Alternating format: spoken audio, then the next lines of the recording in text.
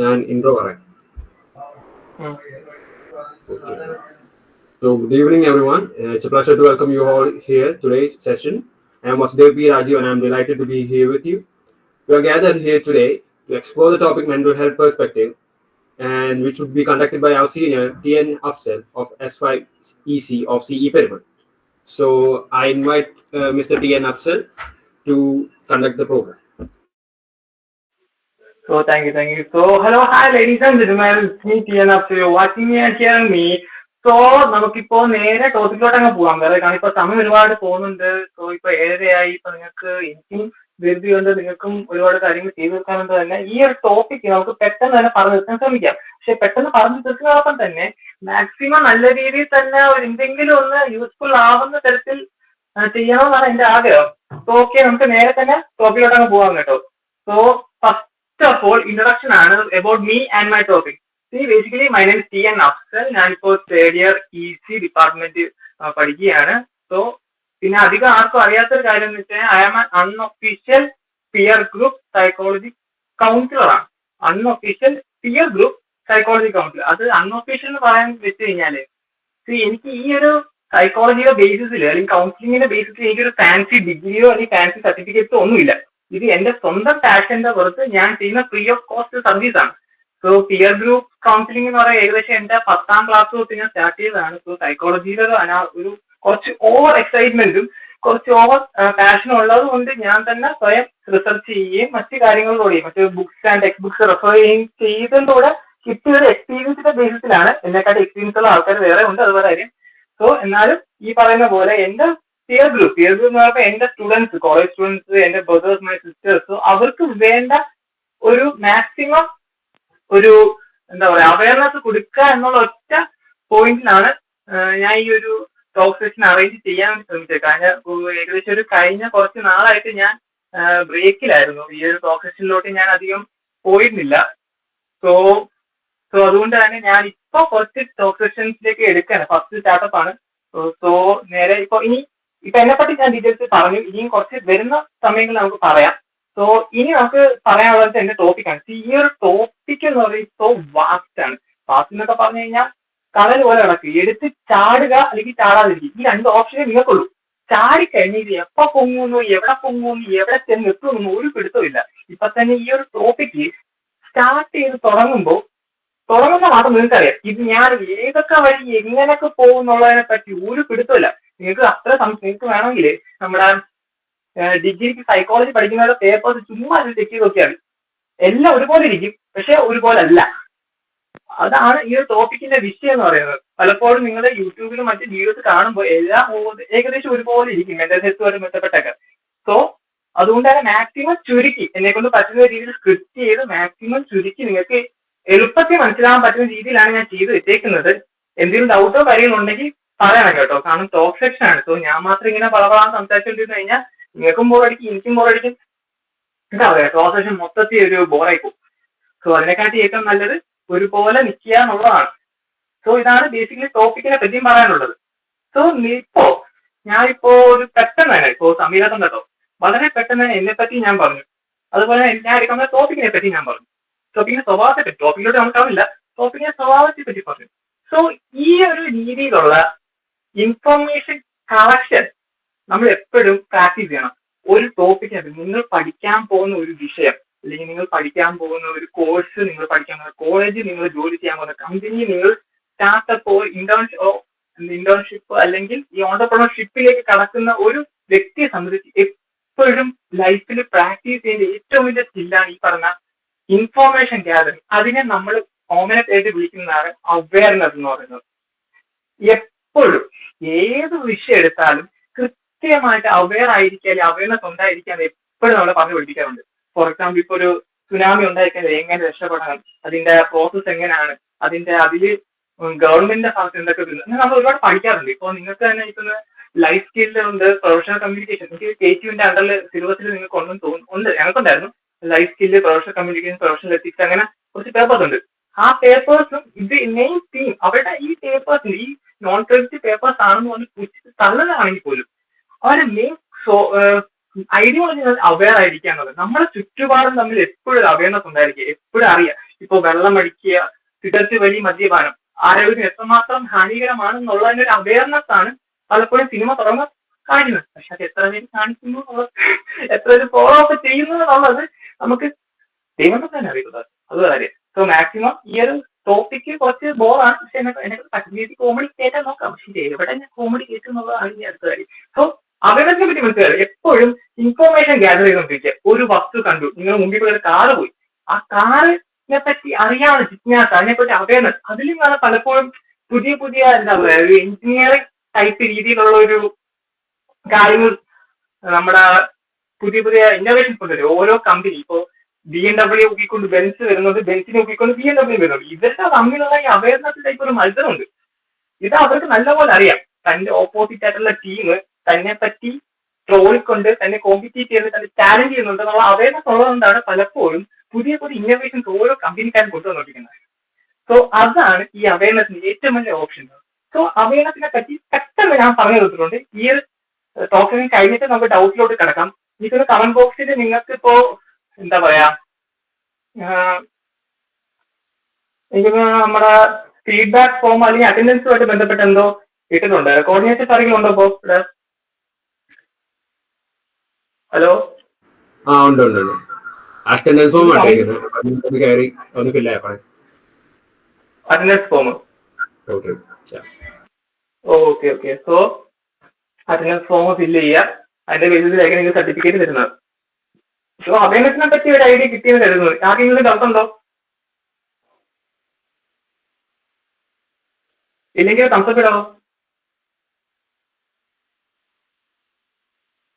Hello, okay okay. So നമുക്കിപ്പോ അവയർനെസിനെ പറ്റി നേരത്തെ പറഞ്ഞ പോലെ ഇനി ഒന്നും ഒറ്റയ്ക്ക് പറയും. ഇപ്പൊ ഇടയ്ക്ക് കുറച്ചുകൂടി ലേറ്റ് ആയി പോയി. നമ്മളിപ്പോ ഡിസ്കസ് ചെയ്യുന്നത് അവയർനെസിനെ പറ്റിയാണ്. അവയർനെസ് എന്ന് പറയുന്നത് നമ്മുടെ ലൈഫിൽ ഏറ്റവും കൂടുതൽ പ്രാക്ടീസ് ചെയ്യേണ്ട ഒരു സ്കില്ലാണ്, ഒരു സോഫ്റ്റ് സ്കില്ലാണ്.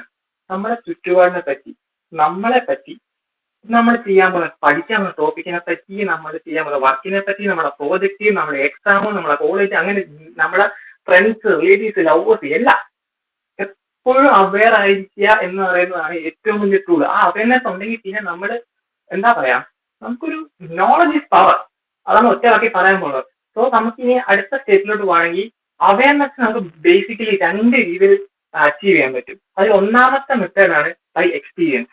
എക്സ്പീരിയൻസ് പറഞ്ഞാൽ ഒന്നുമില്ല, ലൈഫ് എക്സ്പീരിയൻസ് ആണ് നമ്മൾ മെയിൻലി യൂസ് ചെയ്യുന്നത്. ഇവിടെ പറയാൻ പോകുന്നത് ഈ ലൈഫ് എക്സ്പീരിയൻസ് പോലത്തെ ഒരു വലിയൊരു സോഴ്സ് ഓഫ് ഇൻഫോർമേഷൻ, ഈ കളക്ഷൻ ഓഫ് ഇൻഫോർമേഷൻ വേറെ ഇല്ലാന്ന് ഒരുപാട് വ്യക്തികൾ പറഞ്ഞിട്ടുണ്ട്. അത് തന്നെയാണ് ഞാനിവിടെ പറയാൻ പോകുന്നത്. സോ ലൈഫ് എക്സ്പീരിയൻസ് നമുക്കിപ്പോ 18 വയസ്സ് കഴിഞ്ഞവരാണ് നമ്മളെല്ലാവരും.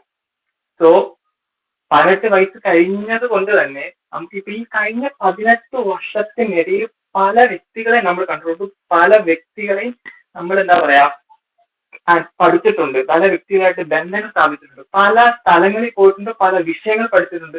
സോ ഇങ്ങനെയുള്ള അറിവ് എന്ന് പറയുന്നത് ഏറ്റവും വാല്യുബിൾ ആണ്.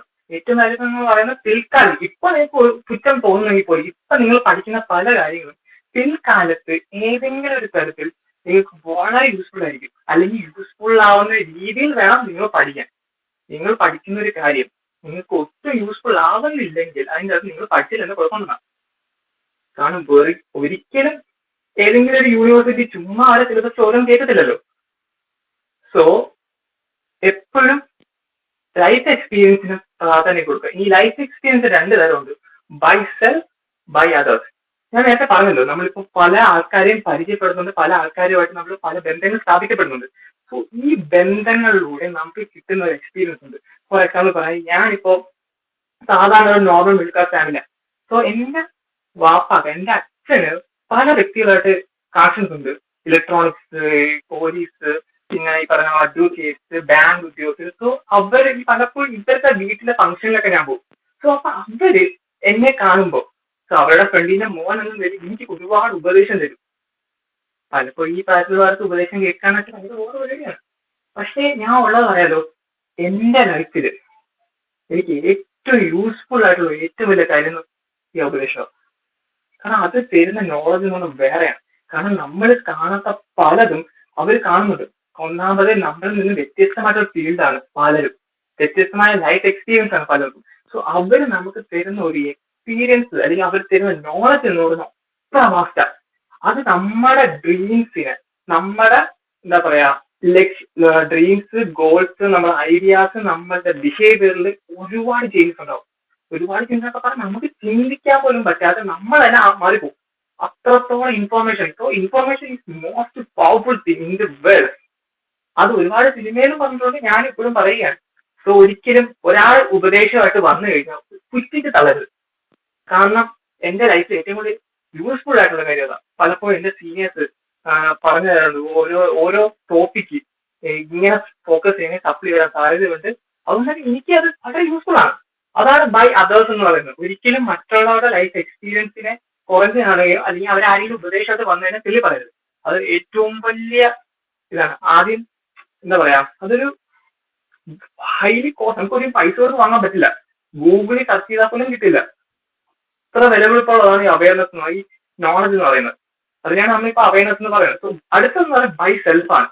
ബൈ സെൽഫിനെ പറ്റി പറയുമ്പോൾ നമ്മളെ തന്നെ നമ്മുടെ ലൈഫിൽ സംഭവിച്ച കാര്യങ്ങളിലൂടെ നമ്മൾ അനുഭവിക്കും. പലപ്പോഴും നമ്മൾ വിശ്വസിക്കുന്ന പല ആൾക്കാരും നമ്മളെ എന്താ പറയാ പറ്റിച്ചിട്ട് പോവുക, തെറ്റിട്ട് പോവുക, അല്ലെങ്കിൽ നമ്മൾ ഒരാളെ സ്നേഹിക്കുകയും ബഹുമാനിക്കുകയും ചെയ്തിട്ട് പെട്ടെന്ന് എന്താ പറയാ നമ്മളെ അങ്ങ് വേദനിച്ചിട്ട് പോകുന്ന ഒരുപാട് പേരുണ്ട്. ഇവിടെ ഇരിക്കുന്ന പലർക്കും അത് അനുഭവിച്ചിട്ടുണ്ട്. നമ്മൾ ഒട്ടും എക്സ്പെക്ട് ചെയ്യാത്ത ആളിൽ നിന്നും പെട്ടെന്ന് നമ്മളെ വേണ്ടാന്ന് വെച്ചിട്ട് പോവുക.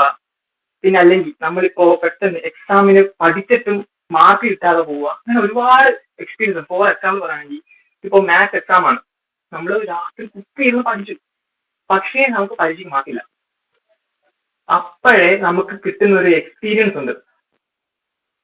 നമ്മൾ പഠിച്ചു, പക്ഷെ പഠിച്ച രീതിയിൽ നമ്മൾ പഠിച്ചത്. നമ്മൾ പഠിച്ചു എന്നുള്ളത് നമുക്കും അറിയാം, കുത്തിയിരുന്ന് പഠിച്ചു, സമയവും പോയി, ഉറക്കവും പോയി, പക്ഷെ മാർക്കില്ല. എന്റെ അർത്ഥം എന്തുവാ, നമ്മൾ പഠിച്ചു എന്നുള്ളത് ശരിയാണ്, പക്ഷെ പഠിച്ച രീതി തെറ്റാണ്. അതൊരു അവയർനെസ് ആണ്. ഇനി സെൽഫ് അവയർനെസ് എന്ന് പറയാൻ വേറെ രീതിയിൽ പറയുകയാണെങ്കിൽ, ഇപ്പൊ ഞാനിപ്പോ കേരളത്തില് 22 വയസ്സുണ്ടായിരിക്കും. സോ ഞാനിപ്പോ കേരളത്തിലാണ്. സോ പക്ഷെ നേരെ മറിച്ച് ഇതേ പ്രായം ഒരു 15 വയസ്സുകാരൻ, അതും ഗാസയില്, പാലസ്തീൻ ഗാസ യുദ്ധത്തെ പറ്റി ഞാൻ പറഞ്ഞു തരേണ്ട കാര്യമില്ല, പത്രങ്ങളും മറ്റും വായിക്കുന്നവർക്ക് അറിയാം. സോ അവിടുത്തെ പയ്യന്റെ ലൈഫ് എക്സ്പീരിയൻസ് ഇവിടെ കേരളത്തിൽ കഴിഞ്ഞ എന്റെ ലൈഫ് എക്സ്പീരിയൻസ് അത് ഒത്തിരി വ്യത്യാസമുണ്ട്. ഈ കമ്പാരിറ്റീവ് നോക്കുമ്പോൾ എന്നെക്കാട്ടി ലൈഫ് എക്സ്പീരിയൻസ് കൂടുതലാണ് അവന്. ആ ഒരു 15 വയസ്സുണ്ടെങ്കിലും. സോ ഇവിടെ ലൈഫ് എക്സ്പീരിയൻസ് അല്ലെങ്കിൽ നോളജ് എന്ന് പറഞ്ഞ പ്രായമില്ല. അത് ഏറ്റവും വലിയ പോയിന്റാണ്. കാരണം അവനൊരു 15 വയസ്സിൽ അവൻ അനുഭവിക്കുന്നതൊക്കെ അനുഭവിക്കും. ഞാനിവിടെ പത്രങ്ങളിൽ വായിക്കുന്നു അല്ലാതെ ഞാൻ ഒന്നും ഇവിടെ അനുഭവിച്ചില്ല. സോ അതാണ് ആ ഒരു അവയർനെസ്, അതിന് തരുന്ന നോളജ് എന്ന് പറഞ്ഞാൽ അത്ര വലുതാണ്. So knowledge is most powerful thing. So അത് നിങ്ങൾ മാക്സിമം പ്രാക്ടീസ് ചെയ്യാൻ നോക്കുക. ഇതൊരിക്കലും ഒരു മോട്ടിവേഷൻ വീഡിയോ ആയിട്ട് എടുക്കരുത്. ഞാൻ മാക്സിമം ട്രെയിൻ ചെയ്യുന്ന അല്ലെങ്കിൽ പ്രാക്ടീസ് ചെയ്യുന്ന കാര്യം എന്ന് വെച്ച് കഴിഞ്ഞാൽ, പലപ്പോഴും യൂട്യൂബ് വീഡിയോയിൽ ഒരുപാട് മോട്ടിവേഷൻ വീഡിയോസ് ഉണ്ട്. യൂട്യൂബിലാണെങ്കിൽ ഒരുപാട് യൂട്യൂബിലുണ്ട്, റീൽസിലുണ്ട്, ഷോർട്സിലുണ്ട്, സ്റ്റാറ്റസ് ഉണ്ട്. പക്ഷെ ഈ പറയുന്നതൊക്കെ നമ്മൾ കേട്ടിരിക്കാൻ കൊള്ളാം, പക്ഷെ റിയൽ ലൈഫിൽ എങ്ങനെ പ്രാക്ടീസ് ചെയ്യണമെന്ന് നമുക്ക് പലർക്കും അറിയത്തില്ല. അതുകൊണ്ടാണ് പലർക്കും ഈ പറഞ്ഞ കോൺഫിഡൻസ് ഇല്ലാത്തത്, അല്ലെങ്കിൽ പേടി വരുന്നത്. പക്ഷെ ഈ പറയുന്ന രീതി അവയർനെസ് എന്ന് പറയുന്ന സാധനം അത് നമുക്ക് ഡെയിലി പ്രാക്ടീസ് ചെയ്യാവുന്ന സാധനം. അതൊരിക്കലും വിട്ട് കളയാൻ പുച്ഛിച്ച് തള്ളരുത്. ഓക്കെ, സോ അടുത്ത method by question and answering. ഇത് നമുക്ക് നേരത്തെ പറഞ്ഞ ലൈഫ് എക്സ്പീരിയൻസ് കിട്ടിയില്ലെങ്കിലും ഇത് നമുക്ക് ഡെയിലി ചെയ്യാൻ പറ്റും. പലപ്പോഴും നിങ്ങൾ ശ്രദ്ധിച്ചാൽ മതി, നമുക്ക് ഒരു ടീച്ചർ പഠിപ്പിക്കുന്ന ടോപ്പിക്കിലും സംശയം ഉണ്ടെങ്കിലും പലരും അതിന് വേണ്ട അത്ര വാല്യൂ കൊടുക്കില്ല. അല്ലെങ്കിൽ എണീറ്റ് നിന്ന് സാർ എനിക്കൊരു ഡൗട്ട് ഉണ്ട് എന്ന് പറയും. പലർക്കും മടിയാണ്. ആണോ അല്ലേ? ഞാൻ പറഞ്ഞതിൽ എന്തെങ്കിലും തെറ്റുണ്ടോ? പലർക്കും ഡൗട്ട് ഉണ്ടെങ്കിലും അതൊന്ന് 4 ആളുടെ മുമ്പിൽ ചോദിക്കാൻ മടിയാണ്. എന്തിനാണ് ആ മടി എന്നുള്ളതിനെ പറ്റി ആർക്കും ഈ പറയുന്നതിനോട് എന്തിനാണ് ഈ മടി വിളിക്കുക, നീ ചോദിക്കുന്ന പറഞ്ഞാൽ പോലും ഇല്ല. എന്തിന് എനിക്കറിയാമല്ല. പലപ്പോഴും എന്റെ കൂട്ടുകാരന്മാരുണ്ട്, എന്റെ തൊട്ടടുത്തിരിക്കുന്ന ഒരുത്തരുണ്ട്. അവനാണെങ്കിൽ ഡൗട്ട് വന്നാലും സാറ് തൊട്ടടുത്ത് ഫ്രണ്ടിൽ നിന്നാൽ പോലും അവൻ ചോദിക്കത്തില്ല. അവൻ നേരെ എന്റെ അടുത്ത് പോയി. എനിക്കങ്ങനെ തിന്നാൻ പോകത്തില്ല. ഞാൻ അവന്റെ കൂടെ ഇരിക്കുന്നത്. എന്നിട്ട് അവൻ എന്തിനാണ് ചോദിക്കുന്നത്? അവനൊക്കെ ഞാൻ പറഞ്ഞു കൊടുക്കുന്നതിനേക്കാൾ ഏറ്റവും നല്ല സാറ് കൊണ്ടു കൊടുക്കും. എന്നിട്ട് അവൻ ചോദിക്കത്തില്ല. അവൻ ഈ വീഡിയോയിലുണ്ട്, അതുപോലെ ഇതിനെ പറ്റി കേട്ടോ സിദ്ധാർത്ഥേ, ഓക്കെ. സോ അതാണ് ഈ ക്വസ്റ്റ്യൻ എപ്പോഴും ഈ നമ്മൾ സെൽഫ് കോൺഫിഡൻസ് എന്ന് പറയുന്ന സാധനം നമുക്ക് ബിൽഡ് ചെയ്യാൻ പറ്റുന്ന ഏറ്റവും ബെസ്റ്റ് ഓപ്ഷൻ നമ്മുടെ ക്ലാസ് മുറികളാണ്.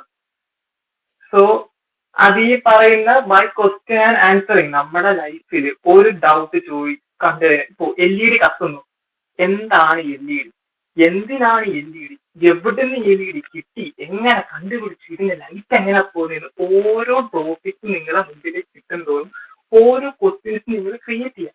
എന്നിട്ട് ഈ പറയുന്ന ക്വസ്റ്റ്യൻസ് നിങ്ങൾ സ്വയം ക്വസ്റ്റ്യൻസിനുള്ള ഉത്തരങ്ങൾ നിങ്ങൾ സ്വയം കണ്ടെത്താൻ ശ്രമിക്കുക എന്നുള്ളതാണ്. സ്വയം കണ്ടെത്താൻ ശ്രമിക്കണം. അതിന് ഒത്തിരി സോഴ്സ് ഉപയോഗിക്കാം. നിങ്ങൾക്ക് നിങ്ങളുടെ സാറിൻ്റെ ഉപയോഗിക്കാം, നിങ്ങളുടെ സീനിയേഴ്സിനോട് ഉപയോഗിക്കാം, ഇനി നിങ്ങളെക്കാട്ടിയും ബുദ്ധിയുള്ള നിങ്ങൾ ജൂനിയേഴ്സ് ഉണ്ടെങ്കിൽ ജൂനിയേഴ്സിനോട് ഉപയോഗിക്കാം, നിങ്ങളെ അച്ഛനോട് ചോദിക്കാം, അമ്മയോട് ചോദിക്കാം, ഇനി തൊട്ടപ്പുറത്തുള്ള ഇലക്ട്രീഷ്യൻസിനോട് ചോദിക്കാം. അങ്ങനെ ഒരു ടോപ്പിക് കിട്ടി. ഇപ്പൊ നിങ്ങൾക്ക് വണ്ടി ഓടിക്കാൻ അറിഞ്ഞുകൂടാ, അത് അങ്ങനെ വണ്ടി ഓടിക്കാൻ അറിയാമെന്ന് ചോദിക്കാം. ഇപ്പൊ എങ്ങനെയാണ് ക്ലച്ച് വർക്ക് ചെയ്യുന്നത്, ആക്സിലേറ്റർ വർക്ക് ചെയ്യുന്നതാണ്. So by question and answering നമുക്ക് കിട്ടുന്ന നോളജ് എന്ന് പറയുന്നത് ഒരിക്കലും നമുക്ക് ചിന്തിക്കാൻ പറ്റാത്തത്രയാണ്. സോ അതുകൊണ്ട് സെൽഫ് കോൺഫിഡൻസ് ബിൽഡ് ചെയ്യാൻ താല്പര്യം ആരെങ്കിലും ഉണ്ടെങ്കിൽ നിങ്ങൾ മസ്റ്റായിട്ടും പ്രാക്ടീസ് ചെയ്യുന്ന ഒരു കാര്യമാണ് ക്വസ്റ്റ്യൻ ആൻഡ് ആൻസറിങ്. സ്വയം ക്വസ്റ്റ്യൻസ് കണ്ടെത്തുക, ഓരോ ക്വസ്റ്റ്യൻസ് കണ്ടെത്തുക. എപ്പോഴും ഞാൻ കണ്ടിട്ടുണ്ട് നമ്മളെ സാറുമാർ പലപ്പോഴും ടീച്ചേഴ്സ് പലപ്പോഴും ചോദിക്കാറുണ്ട്, ഡൗട്ട് ഉണ്ടെങ്കിൽ പറ, ഡൗട്ട് ഉണ്ടെങ്കിൽ പറ. ഡൗട്ട് ഉണ്ടെങ്കിലും മിണ്ടായിരിക്കും, എന്തിനും മിണ്ടായിരിക്കും ഞാൻ ചോദിക്കുന്നത്. ഞാൻ കുറച്ച് ഇമോഷണൽ ആവുന്നില്ലേ, ഞാൻ കുറച്ച് കുഴപ്പമില്ല. പക്ഷെ ഞാൻ സംഭവം സീരിയസ് ആയിട്ടുള്ള കേസാണ്. നമ്മൾ പലപ്പോഴും നമ്മൾ സ്കൂളിൽ നിന്നും കോളേജിൽ നിന്നും ഡയറക്റ്റ് ആയിട്ട് ഒരിക്കലും കോൺഫിഡൻസ് ബിൽഡ് ചെയ്യാനോ പേഴ്സണാലിറ്റി ബിൽഡ് ചെയ്യാനോ കോഴ്സ് തരത്തില്ല. എല്ലാം ഇൻഡയറക്റ്റ് ആയിട്ടാണ്. അത് കണ്ടെത്തണം. അതാണ് അവിടെ പറയുന്ന അവയർനെസിനെ പറ്റി. കണ്ടെത്തുക, ഇത് gathering of knowledge.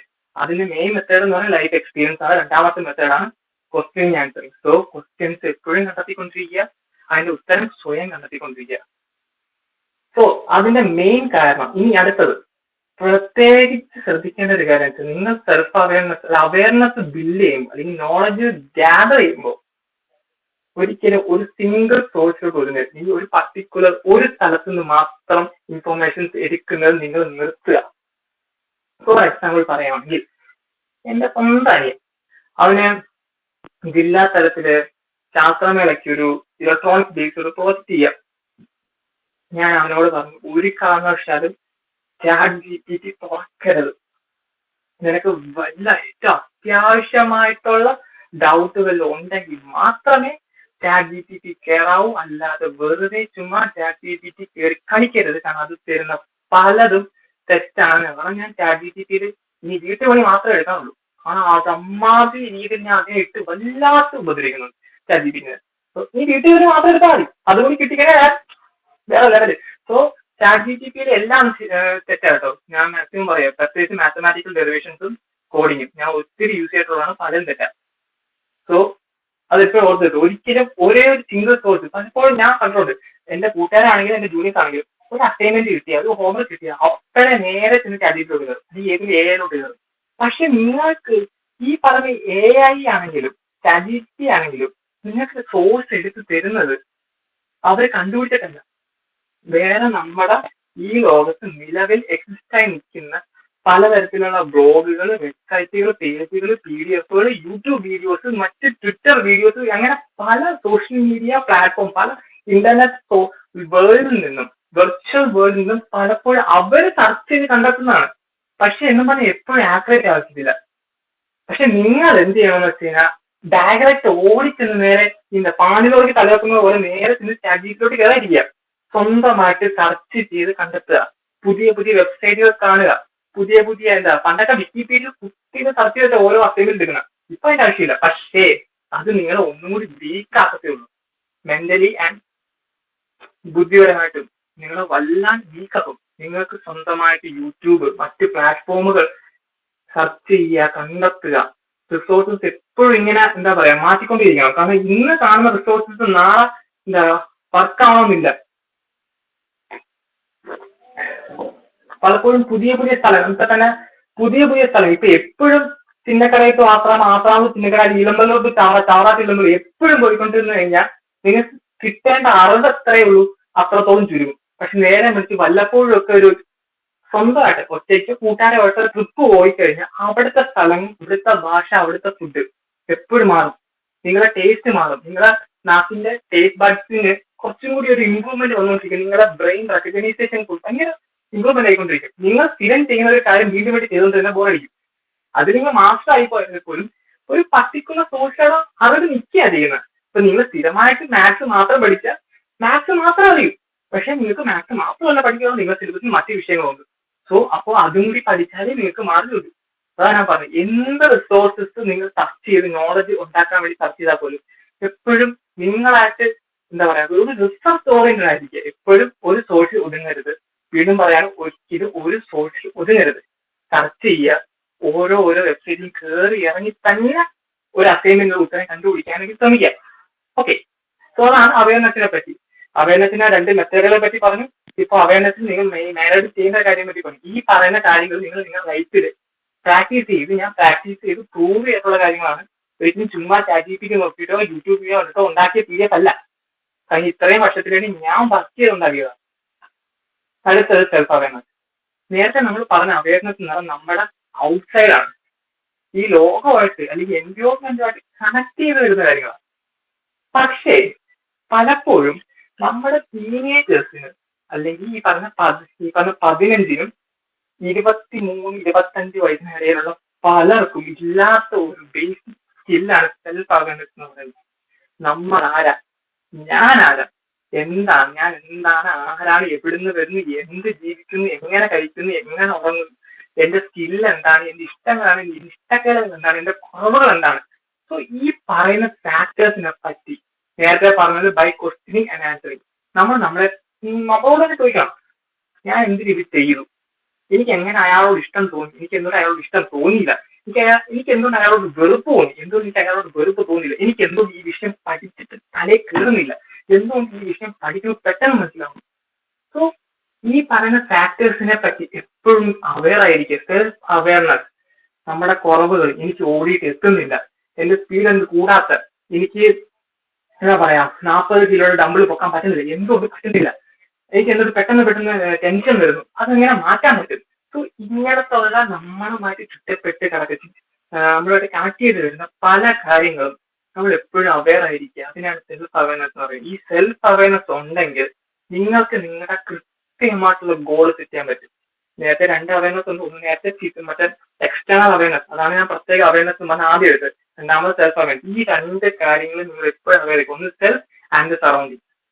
Self and surrounding, ഈ 2 കാര്യങ്ങളിൽ എപ്പോഴും നിങ്ങൾ അവെയർ ആയിരുന്നു കഴിഞ്ഞാൽ നിങ്ങൾ കൃത്യമായിട്ട് നിങ്ങളുടെ ടേസ്റ്റ്, നിങ്ങളുടെ കഴിവ്, നിങ്ങളുടെ മെയിൻ ഡൊമൈൻ എന്താണോ അതിലേക്ക് പോയിന്റ് ഔട്ട് ചെയ്ത് നിങ്ങൾക്ക് നിങ്ങളുടെ ലക്ഷ്യങ്ങൾ സെറ്റപ്പ് ചെയ്യാൻ പറ്റും. പലർക്കും ഇപ്പോ എല്ലാവർക്കും ഒരുപോലെ ലക്ഷ്യങ്ങൾ ഉണ്ടാവാൻ പറ്റില്ല. ചിലവർ 6ാം ക്ലാസ് തൊട്ടേ ലക്ഷ്യങ്ങൾ കണ്ടുവരുന്നവരുണ്ട്, ചിലർ 10 കഴിഞ്ഞിട്ട് വരുന്നവരുണ്ട്, ചിലർ ഇപ്പൊ തൊട്ടേ പുതിയൊരു ലക്ഷ്യം തോന്നി അങ്ങോട്ട് പോകുന്നവരുണ്ട്. ഈ ലക്ഷ്യം ഒന്നും തോന്നാത്തവർക്ക് ലക്ഷ്യം ഉണ്ടാവണമെങ്കിൽ ആദ്യം വേണ്ട ബേസിക് സ്റ്റെപ്പ് എന്ന് പറഞ്ഞാൽ അവയർനെസ്. സോ അത് പ്രാക്ടീസ് ചെയ്യുക. അത് നമുക്ക് പ്രാക്ടീസ് ചെയ്യാൻ പറ്റുന്ന ഏറ്റവും ബെസ്റ്റ് മെത്തേഡ് ഞാൻ പറഞ്ഞു ബൈ എക്സ്പീരിയൻസ്, ആൻഡ് രണ്ടാമത് ബൈ ക്വസ്റ്റ്യൻ ആൻഡ് ആൻസർ. അതാണ് മാക്സിമം ചെയ്യുക. ഇതേ സെയിം മെത്തേഡ് സെൽഫ് അവയർനെസ് ഉപയോഗിക്കണം. വെറുതെ പറയാതെ ഉപയോഗിക്കുക. കൃത്യമായിട്ട് ഉപയോഗിച്ചാൽ മാത്രമേ നിങ്ങൾക്ക് നിങ്ങൾ ആരാന്ന് അറിയാൻ പറ്റൂ. നിങ്ങൾക്ക് നിങ്ങൾ ആരാന്ന് അറിഞ്ഞാൽ മാത്രമേ മറ്റുള്ളവരുടെ മുമ്പിൽ നിങ്ങളെ തന്നെ പ്രസന്റ് ചെയ്യാൻ പറ്റൂ.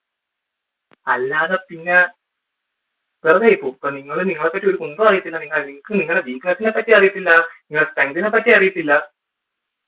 വെറുതെ ചുമ്മാ എന്റെ കൂട്ടുകാര് ആ കോളേജിൽ കയറുകൊണ്ട് ഞാൻ ആ കോളേജിൽ കയറി, എന്റെ വീട്ടുകാര് ബിടെക് എടുക്കാൻ പോകുന്നത് ഞാൻ ബിടെക് എടുക്കും. എത്ര പേരുണ്ട് ഇവിടെ? വീട്ടുകാര് ബിടെക് എടുക്കാൻ പോകുന്നത് ഞാൻ ബിടെക് എടുക്കും.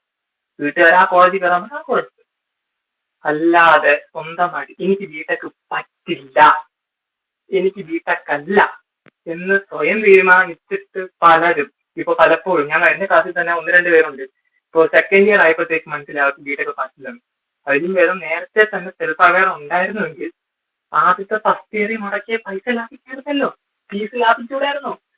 അങ്ങനെ ഒത്തിരി ഇപ്പൊ നമ്മളെ ഈ ടോക്കനെ കാണുന്നതിൽ തന്നെ എത്ര പേര് അങ്ങനെ ചെയ്യണ്ടായിരുന്നു, അല്ലെങ്കിൽ അങ്ങോട്ട് പോകണ്ടായിരുന്നു, അവനോട് മിണ്ടണ്ടായിരുന്നു, അല്ലെങ്കിൽ ആ പ്രോജക്റ്റ് വെറുതെ എന്തിനായിരുന്നു, അല്ലെങ്കിൽ ആ സിനിമയ്ക്ക് പോകണ്ടായിരുന്നു. ഇതൊക്കെ അവയർനെസ് ആണ്, അവയർനെസിന്റെ ഭാഗമാണ്. സോ ഒരിക്കലും റിഗ്രറ്റ് ഉണ്ടാവാതിരിക്കാനുള്ള ഏറ്റവും ബെസ്റ്റ് സ്റ്റെപ്പ് സെൽഫ് അവെയർ ആയിരിക്കുക. അവയർനെസ്, സറൗണ്ടിങ്സിലും സെൽഫിലും അവെയർ ആയിരിക്കുക എന്നുള്ള. എനിക്കൊന്ന് ഒരുപാട് പറഞ്ഞ് കൊളാക്കിന്ന് തോന്നുന്നുണ്ട്. പെട്ടെന്ന് തന്നെ അടുത്ത ടോപ്പിലോട്ട് പോകാം, അല്ലെങ്കിൽ ബോറായി പോകും. വീണ്ടും സെൽഫ് അവയർനെസിനെ പറ്റി പറയാന്ന് വെച്ച് കഴിഞ്ഞാൽ എനിക്കും പഠിക്കുന്നുണ്ട്. പക്ഷേ self awareness is most important thing. അതുകൊണ്ടാണ് അടുത്തതെന്ന് പറയുന്നത് പെർസ്പെക്റ്റീവ് ആണ്. ഓക്കെ, പെർസ്പെക്റ്റീവ് അഥവാ കാഴ്ചപ്പാട്. ഈ പറയുന്ന സാധനം, ഇപ്പോ നേരത്തെ പറഞ്ഞ സെൽഫ് അവയർനെസ്, ഇപ്പൊ പറയാൻ പോകുന്ന പെർസ്പെക്റ്റീവ്, ഇനി പറയാൻ പോകുന്ന 1-2 കാര്യങ്ങൾ, നമ്മൾ ആരാണെന്നോ, നമ്മുടെ ക്യാരക്ടർ എന്താണെന്നോ, നമ്മുടെ സ്കിൽ എന്താണെന്നോ, നമ്മൾ എത്രത്തോളം നല്ലവനാണെന്നോ വൃത്തികെട്ടവനാണെന്നുള്ള കൃത്യമായിട്ടുള്ള ധാരണ തരാൻ പോകുന്ന സാധനമാണ് ഈ പെർസ്പെക്റ്റീവ് എന്ന് പറയുന്നത്. നമ്മുടെ ലൈഫിൽ ഏറ്റവും വലിയ പങ്ക് വഹിക്കുന്ന ഒരു സാധനമാണ് പെർസ്പെക്റ്റീവ്, പ്രത്യേകിച്ച് മെന്റൽ ഹെൽത്തിന്റെ കാര്യത്തിൽ. മെന്റൽ ഹെൽത്തിന്റെ കാര്യത്തിൽ ഏറ്റവും വലിയ പങ്ക് വഹിക്കുന്ന ഒരു വ്യക്തിയാണ് പെർസ്പെക്റ്റീവ് എന്ന് പറയുന്നത്. സോ പെർസ്പെക്റ്റീവ് അതിന്റെ ഇമ്പോർട്ടൻസ് എന്ന് പറയാൻ നിങ്ങൾ വിചാരിക്കാനൊക്കെയല്ല, ഒരു കുടുംബത്തെ തന്നെ തകർത്ത് തരിപ്പണമാക്കാൻ തക്ക ശേഷിയുള്ള ഒരു വ്യക്തിയാണ് ഈ പറയുന്ന പെർസ്പെക്റ്റീവ്. നമ്മുടെ ഫ്രണ്ട്സുമായിട്ടുള്ള ബന്ധം, നമ്മുടെ ലവറായിട്ടുള്ള ബന്ധം, നമ്മുടെ ഫാമിലി, നമ്മുടെ അച്ഛനോട്, അമ്മയുടെ, ടീച്ചേഴ്സുമായിട്ടുള്ള എല്ലാ ബന്ധങ്ങളുടെയും കാരണം, എല്ലാ ബന്ധങ്ങളും പൊളിയാനുള്ളതിന്റെ കാരണം പെർസ്പെക്റ്റീവാണ്. സോ പെർസ്പെക്റ്റീവ് അഥവാ കാഴ്ചപ്പാട്, നമ്മുടെ കാഴ്ചപ്പാടാണ് നമ്മുടെ ചിന്തകളെ, നമ്മുടെ തോട്ട്സിനെ കൺട്രോൾ ചെയ്യുന്നത്. ഇപ്പൊ ഞാനൊരു രാത്രിയില് ജനലിന്റെ അടുത്തൂടെ നോക്കണം, നല്ല മഴ, ഇടിമിന്നല്, കരണ്ടും പോയി, ഇരുട്ട്. പക്ഷെ അശയിൽ വെളുത്ത തുണി കടക്കുന്ന കണ്ടു കഴിഞ്ഞാൽ എന്റെ പെർസ്പെക്റ്റീവ് മോശമാണെങ്കിൽ അത് യക്ഷിയാണെന്നും അത് ഞാൻ അകത്തുനിന്ന് വിളിച്ചു പോകും. ആരെയും കുറ്റം പറയാൻ പറ്റില്ല, കാരണം എന്റെ കാഴ്ചപ്പാട് അങ്ങനെയായിപ്പോയി. നിങ്ങൾക്ക് തോന്നിയിട്ടുണ്ടോ ആരെങ്കിലും? സംഭവം ശരിയല്ലേ? ഇപ്പോ നിങ്ങളിപ്പോ പെട്ടെന്ന് പൂച്ച വട്ടം ചാടി, പക്ഷെ അത് പൂച്ചയാണെന്നുള്ള കാര്യം നിങ്ങൾ കണ്ടില്ല, നിങ്ങൾ വിചാരിച്ച് വേറെ എന്തോ ആണെന്ന്. നിങ്ങൾ ബഹളം വെക്കും, പിന്നീട് കുറച്ച് കഴിയുമ്പോൾ നിങ്ങൾക്ക് തോന്നില്ല ഈ പൂച്ചയല്ല. സോ അതുപോലെയാണ് കാഴ്ചപ്പാട്, പെർസ്പെക്റ്റീവ്. നിങ്ങളുടെ പെർസ്പെക്റ്റീവ് എപ്പോഴും ക്ലീൻ ആയിരിക്കാൻ ശ്രദ്ധിക്കുക. കാരണം നിങ്ങളുടെ പെർസ്പെക്റ്റീവ് ആണ് നിങ്ങളുടെ ചിന്തകളെ കൺട്രോൾ ചെയ്യുന്നത്. നിങ്ങളുടെ ചിന്തകളാണ് നിങ്ങളുടെ ആക്ഷൻസിനെ കൺട്രോൾ ചെയ്യുന്നത്. നിങ്ങളുടെ ആക്ഷൻസ് ആണ് നിങ്ങളുടെ റിസൾട്ട്. എന്ന് കഴിഞ്ഞാൽ നിങ്ങൾ എന്ത് തോന്നിവാസം ചെയ്താലും അതിനുള്ള ഫലം എങ്ങനെയെങ്കിലും കിട്ടും. നല്ലത് ചെയ്താൽ നല്ലത് കിട്ടും, മോശം ചെയ്താൽ മോശം കിട്ടും. അതുകൊണ്ട് പെർസ്പെക്റ്റീവ് ആണ് ആദ്യത്തെ ഘട്ടം. നിങ്ങളുടെ കാഴ്ചപ്പാട്. ഇപ്പോ ഒരു സാറിനെ പറ്റി നിങ്ങളോട്, ഒരു സാറ് ഞാൻ വന്നിരിക്കുക, എന്തോന്നാ പഠിപ്പിക്കുന്നത്, ആറായി വളർത്ത പൊടിയൻ, നിനക്ക് എന്തുവാ ഇങ്ങനെയൊക്കെ അസൈൻമെന്റ് തരുമെന്ന് വെച്ചാൽ ഒറ്റ ഭംഗിയുള്ളൂ, ഇങ്ങനെ ചുമ്മാ എന്റെ ദേഹത്ത് കുതിര കയറുന്ന ഇയാൾ. അപ്പൊ സ്വന്തം പഠിപ്പിക്കുന്ന സാധനം ഇമാതിരി ഒരു ബാഡ് ഇംപ്രഷൻ അല്ലെങ്കിൽ ഒരു വൃത്തിയായിട്ട കാഴ്ചപ്പാട് ഉണ്ടെങ്കിൽ നമ്മുടെ ചിന്തകൾ എപ്പോഴും അയാളുടെ പേര് കേൾക്കുമ്പോൾ ഇനി നിങ്ങൾക്ക് ആർക്കും എക്സാമ്പിൾ പറയാനുണ്ടോ? ഞാൻ പറയണ്ട, സാർമാരുടെ പേരൊന്നും ഇവിടെ പറയണ്ട, ടീച്ചേഴ്സിന്റെ പേര് ഇവിടെ പറയണ്ട, വെറുതെ എന്തിനാ. പലപ്പോഴും നമ്മൾ വിചാരിക്കുന്ന പലരും വൃത്തികെട്ടവൻ അല്ലെങ്കിൽ വൃത്തികെട്ടവൾ എന്ന് വിചാരിക്കുന്ന പലരും വൃത്തികെട്ടവരല്ല. ടോക്സിക് ആണെന്ന് വിചാരിക്കുന്ന പലരും ടോക്സിക് അല്ല. പാവമാണ് എന്ന് കരുതുന്ന ആരും പാവമല്ല, ഭീകരനാണ് എന്ന് കരുതുന്നവരാരും ഭീകരനുമല്ല. അതെല്ലാം നമ്മുടെ പെർസ്പെക്റ്റീവാ തീരുമാനിക്കുന്നത്. ഒരാളെ നോക്കിയിട്ട് നിങ്ങൾക്ക് ഇഷ്ടം തോന്നുന്നതും ഇഷ്ടം തോന്നാത്തതിനെയും കാരണം പെർസ്പെക്റ്റീവാണ്. പെർസ്പെക്റ്റീവാണ് നിങ്ങളുടെ തോട്ട്സ് കൺട്രോൾ ചെയ്യുന്നത്. നിങ്ങളുടെ തോട്ട്സ് ആണ് നിങ്ങളുടെ ആക്ഷൻസ് കൺട്രോൾ ചെയ്യുന്നത്. നിങ്ങളുടെ ആക്ഷൻസ് ആണ് നിങ്ങളുടെ റിസൾട്ട്. നിങ്ങൾക്ക് എവിടെയെങ്കിലും അടി വരുന്നുണ്ടെങ്കിൽ സൂക്ഷിച്ചോ. ഇനി പെർസ്പെക്റ്റീവിന്റെ പ്രധാനപ്പെട്ട 2 ഘടകങ്ങളാണ് മിസ് പെർസ്പെക്റ്റീവ് അല്ലെങ്കിൽ ബാഡ് പെർസ്പെക്റ്റീവ്, അല്ലെങ്കിൽ രണ്ടാമത്തത് 90-10 റൂൾ, പ്രിൻസിപ്പിൾ എന്ന് പറയും. ആദ്യം മിസ് പെർസ്പെക്റ്റീവ്, ബാഡ് പെർസ്പെക്റ്റീവ് പറയും. എന്റെ ഒരു റിയൽ ലൈഫ് എക്സ്പീരിയൻസ് പറ്റി പറയണോ അതോ വേറെ എന്തെങ്കിലും? ഇനി വേണം, നിങ്ങൾക്ക് എല്ലാവർക്കും റിലേറ്റ് ചെയ്യാൻ പറ്റുന്ന ഒരു കാര്യം പറയാം. ഒരു കല്യാണം കഴിഞ്ഞ് പെണ്ണ് ചെക്കൻ്റെ വീട്ടിലേക്ക് വരികയാണ്. ആദ്യത്തെ 1-2 ആഴ്ച കഴിഞ്ഞിട്ട് നമ്മുടെ ഈ അമ്മായിയമ്മ ഉണ്ടല്ലോ, അമ്മായിയമ്മ, അവരെടുത്തോട്ട് തൊട്ടപ്പുറത്തെ വീട്ടിലെ ചേച്ചി വന്നിട്ട് നിന്റെ മരുമകൾ എങ്ങനെയുണ്ട് പോലെ, എന്ന് ചോദിക്കും. അമ്മായിമ്മ പറയും അവള് പോരാ, രാവിലെ 8 മണിക്ക് ഇറങ്ങി ഇരിക്കുന്നു, തോന്നാതെ ചായ ഉണ്ടാക്കുന്നു, അവള് കുടിക്കുന്നു, എന്നിട്ട് 9 മണിയാകുമ്പോ കുളിച്ചൊരുങ്ങി കോളേജിലോട്ടാന്ന് പറഞ്ഞിട്ട് പോകുന്നു. എനിക്ക് തോന്നില്ല ആ കൊച്ചു ശരിയാവുന്നു, വെറുതെ. പക്ഷെ സത്യം പറയാം ആ കൊച്ചു പാവോ. ആ കൊച്ച് രാത്രി 12 മണി വരെ പഠിച്ച് കഷ്ടപ്പെട്ടിട്ട് രാവിലെ 8 മണി വരെ ഉറങ്ങുന്നു. അതാണ് റീസൺ. പക്ഷെ ഈ അമ്മായിയമ്മ എന്തുവാ, അവള് 8 മണിക്ക് തോന്നുമ്പോ കുറച്ച് എണീക്കുന്നു, തോന്നുമ്പോ ഉറങ്ങുന്നു. നമ്മളൊക്കെ പണ്ട് എപ്പാ നമ്മള് കല്യാണം കഴിഞ്ഞ് വന്ന് നേരെ 6 മണി 5 മണി 4 മണിക്ക് ഉറക്കം എണീച്ചാൽ ഇപ്പോഴത്തെ പിള്ളേർക്ക് ശരിയല്ല. എപ്പോഴും പറയും. ഇത് കേൾക്കുന്ന ആ മരുമോള് പിന്നീട് ഇവരോട് എങ്ങനെയായിരിക്കും പെരുമാറുന്നത് ഊഹിക്കാവുന്നതേ ഉള്ളൂ. ഈ വീഡിയോ കാണുന്ന, ഈ ടോക്ക് സെഷൻ കാണുന്ന പല പെൺകുട്ടികളും പ്രത്യേകം ശ്രദ്ധിക്കുകയും നിങ്ങൾ ഒരിക്കലും അമ്മായിമ്മയുടെ വാക്ക് കേൾക്കുക, സേവ് ചെയ്ത് കേൾക്കുക. Okay, perspective. സോ പെർസ്പെക്റ്റീവ് ഇതാണ്. സോ ഇപ്പൊ ആ ഒരു അമ്മായിമ്മ മരുമകളെ പറ്റി ഇല്ലാത്ത കാര്യങ്ങൾ പറഞ്ഞു. സോ ആ കൊച്ചു കഷ്ടപ്പെട്ട് കടന്നുറങ്ങി. ഇപ്പൊ 11 മണി 1 മണിക്ക് പണിയെടുത്തിട്ടാണ് ഉറങ്ങുന്നത്. എന്നിട്ട് ഉറക്കം എണീക്കുമ്പോൾ 8 മണിയായി പോയി. കൊച്ചിന് ഇഷ്ടമല്ല. പക്ഷെ അമ്മായിമ്മ എന്താ വളരെ മോശമായിട്ടാണ് ആ ക്യാരക്ടറിനെ പ്രസന്റ് ചെയ്തത്. ഇത് കേട്ട പാതി കേൾക്കാത്ത പാതി വിശ്വസിക്കുന്ന അപ്പുറത്തേവില്ല ചേച്ചി എന്ന് പറയും. ആ ചേച്ചിയുടെ കണ്ണിൽ ആ കൊച്ചെങ്ങനെ, ആള് പോരാ, ആ മരുമോള് പോരാ, ആ മരുമോള് ശരിയല്ല,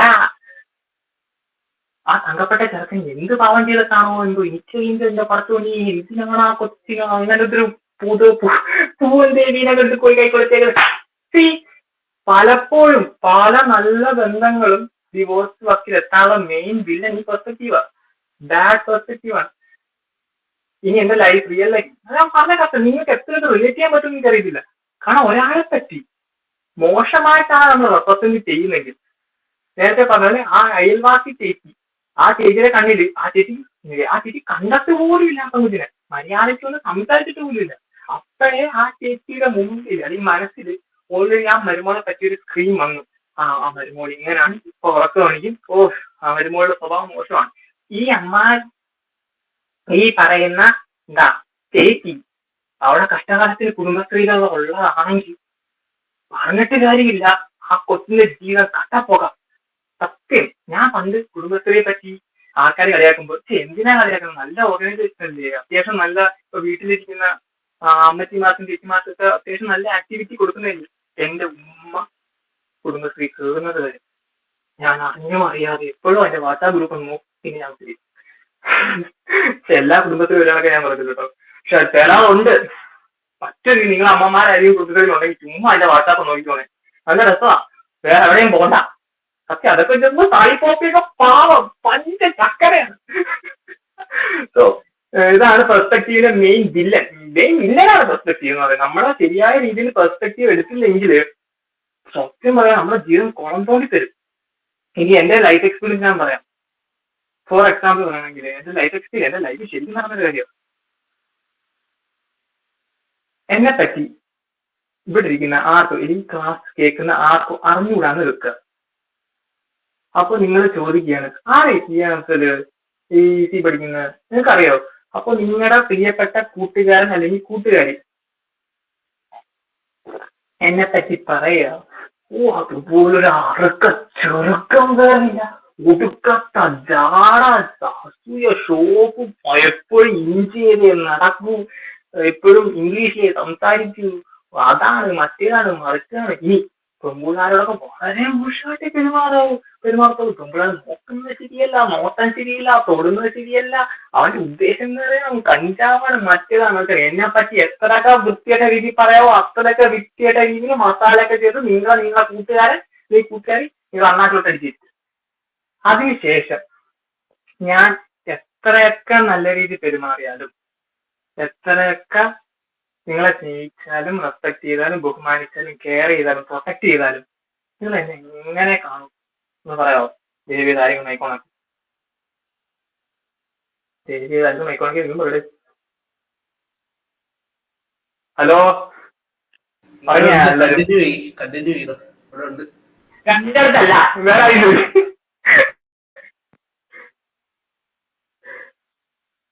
സോ അപ്പോ എന്റെ പെർസ്പെക്റ്റീവ്, സോ എന്നെ പറ്റി വളരെ മോശമായിട്ട് ഓൾറെഡി ഒരു ഇമേജ് ഞാൻ പോലും അറിയാൻ നിങ്ങളുടെ തലച്ചോറിനകത്ത് വന്നു കഴിഞ്ഞു.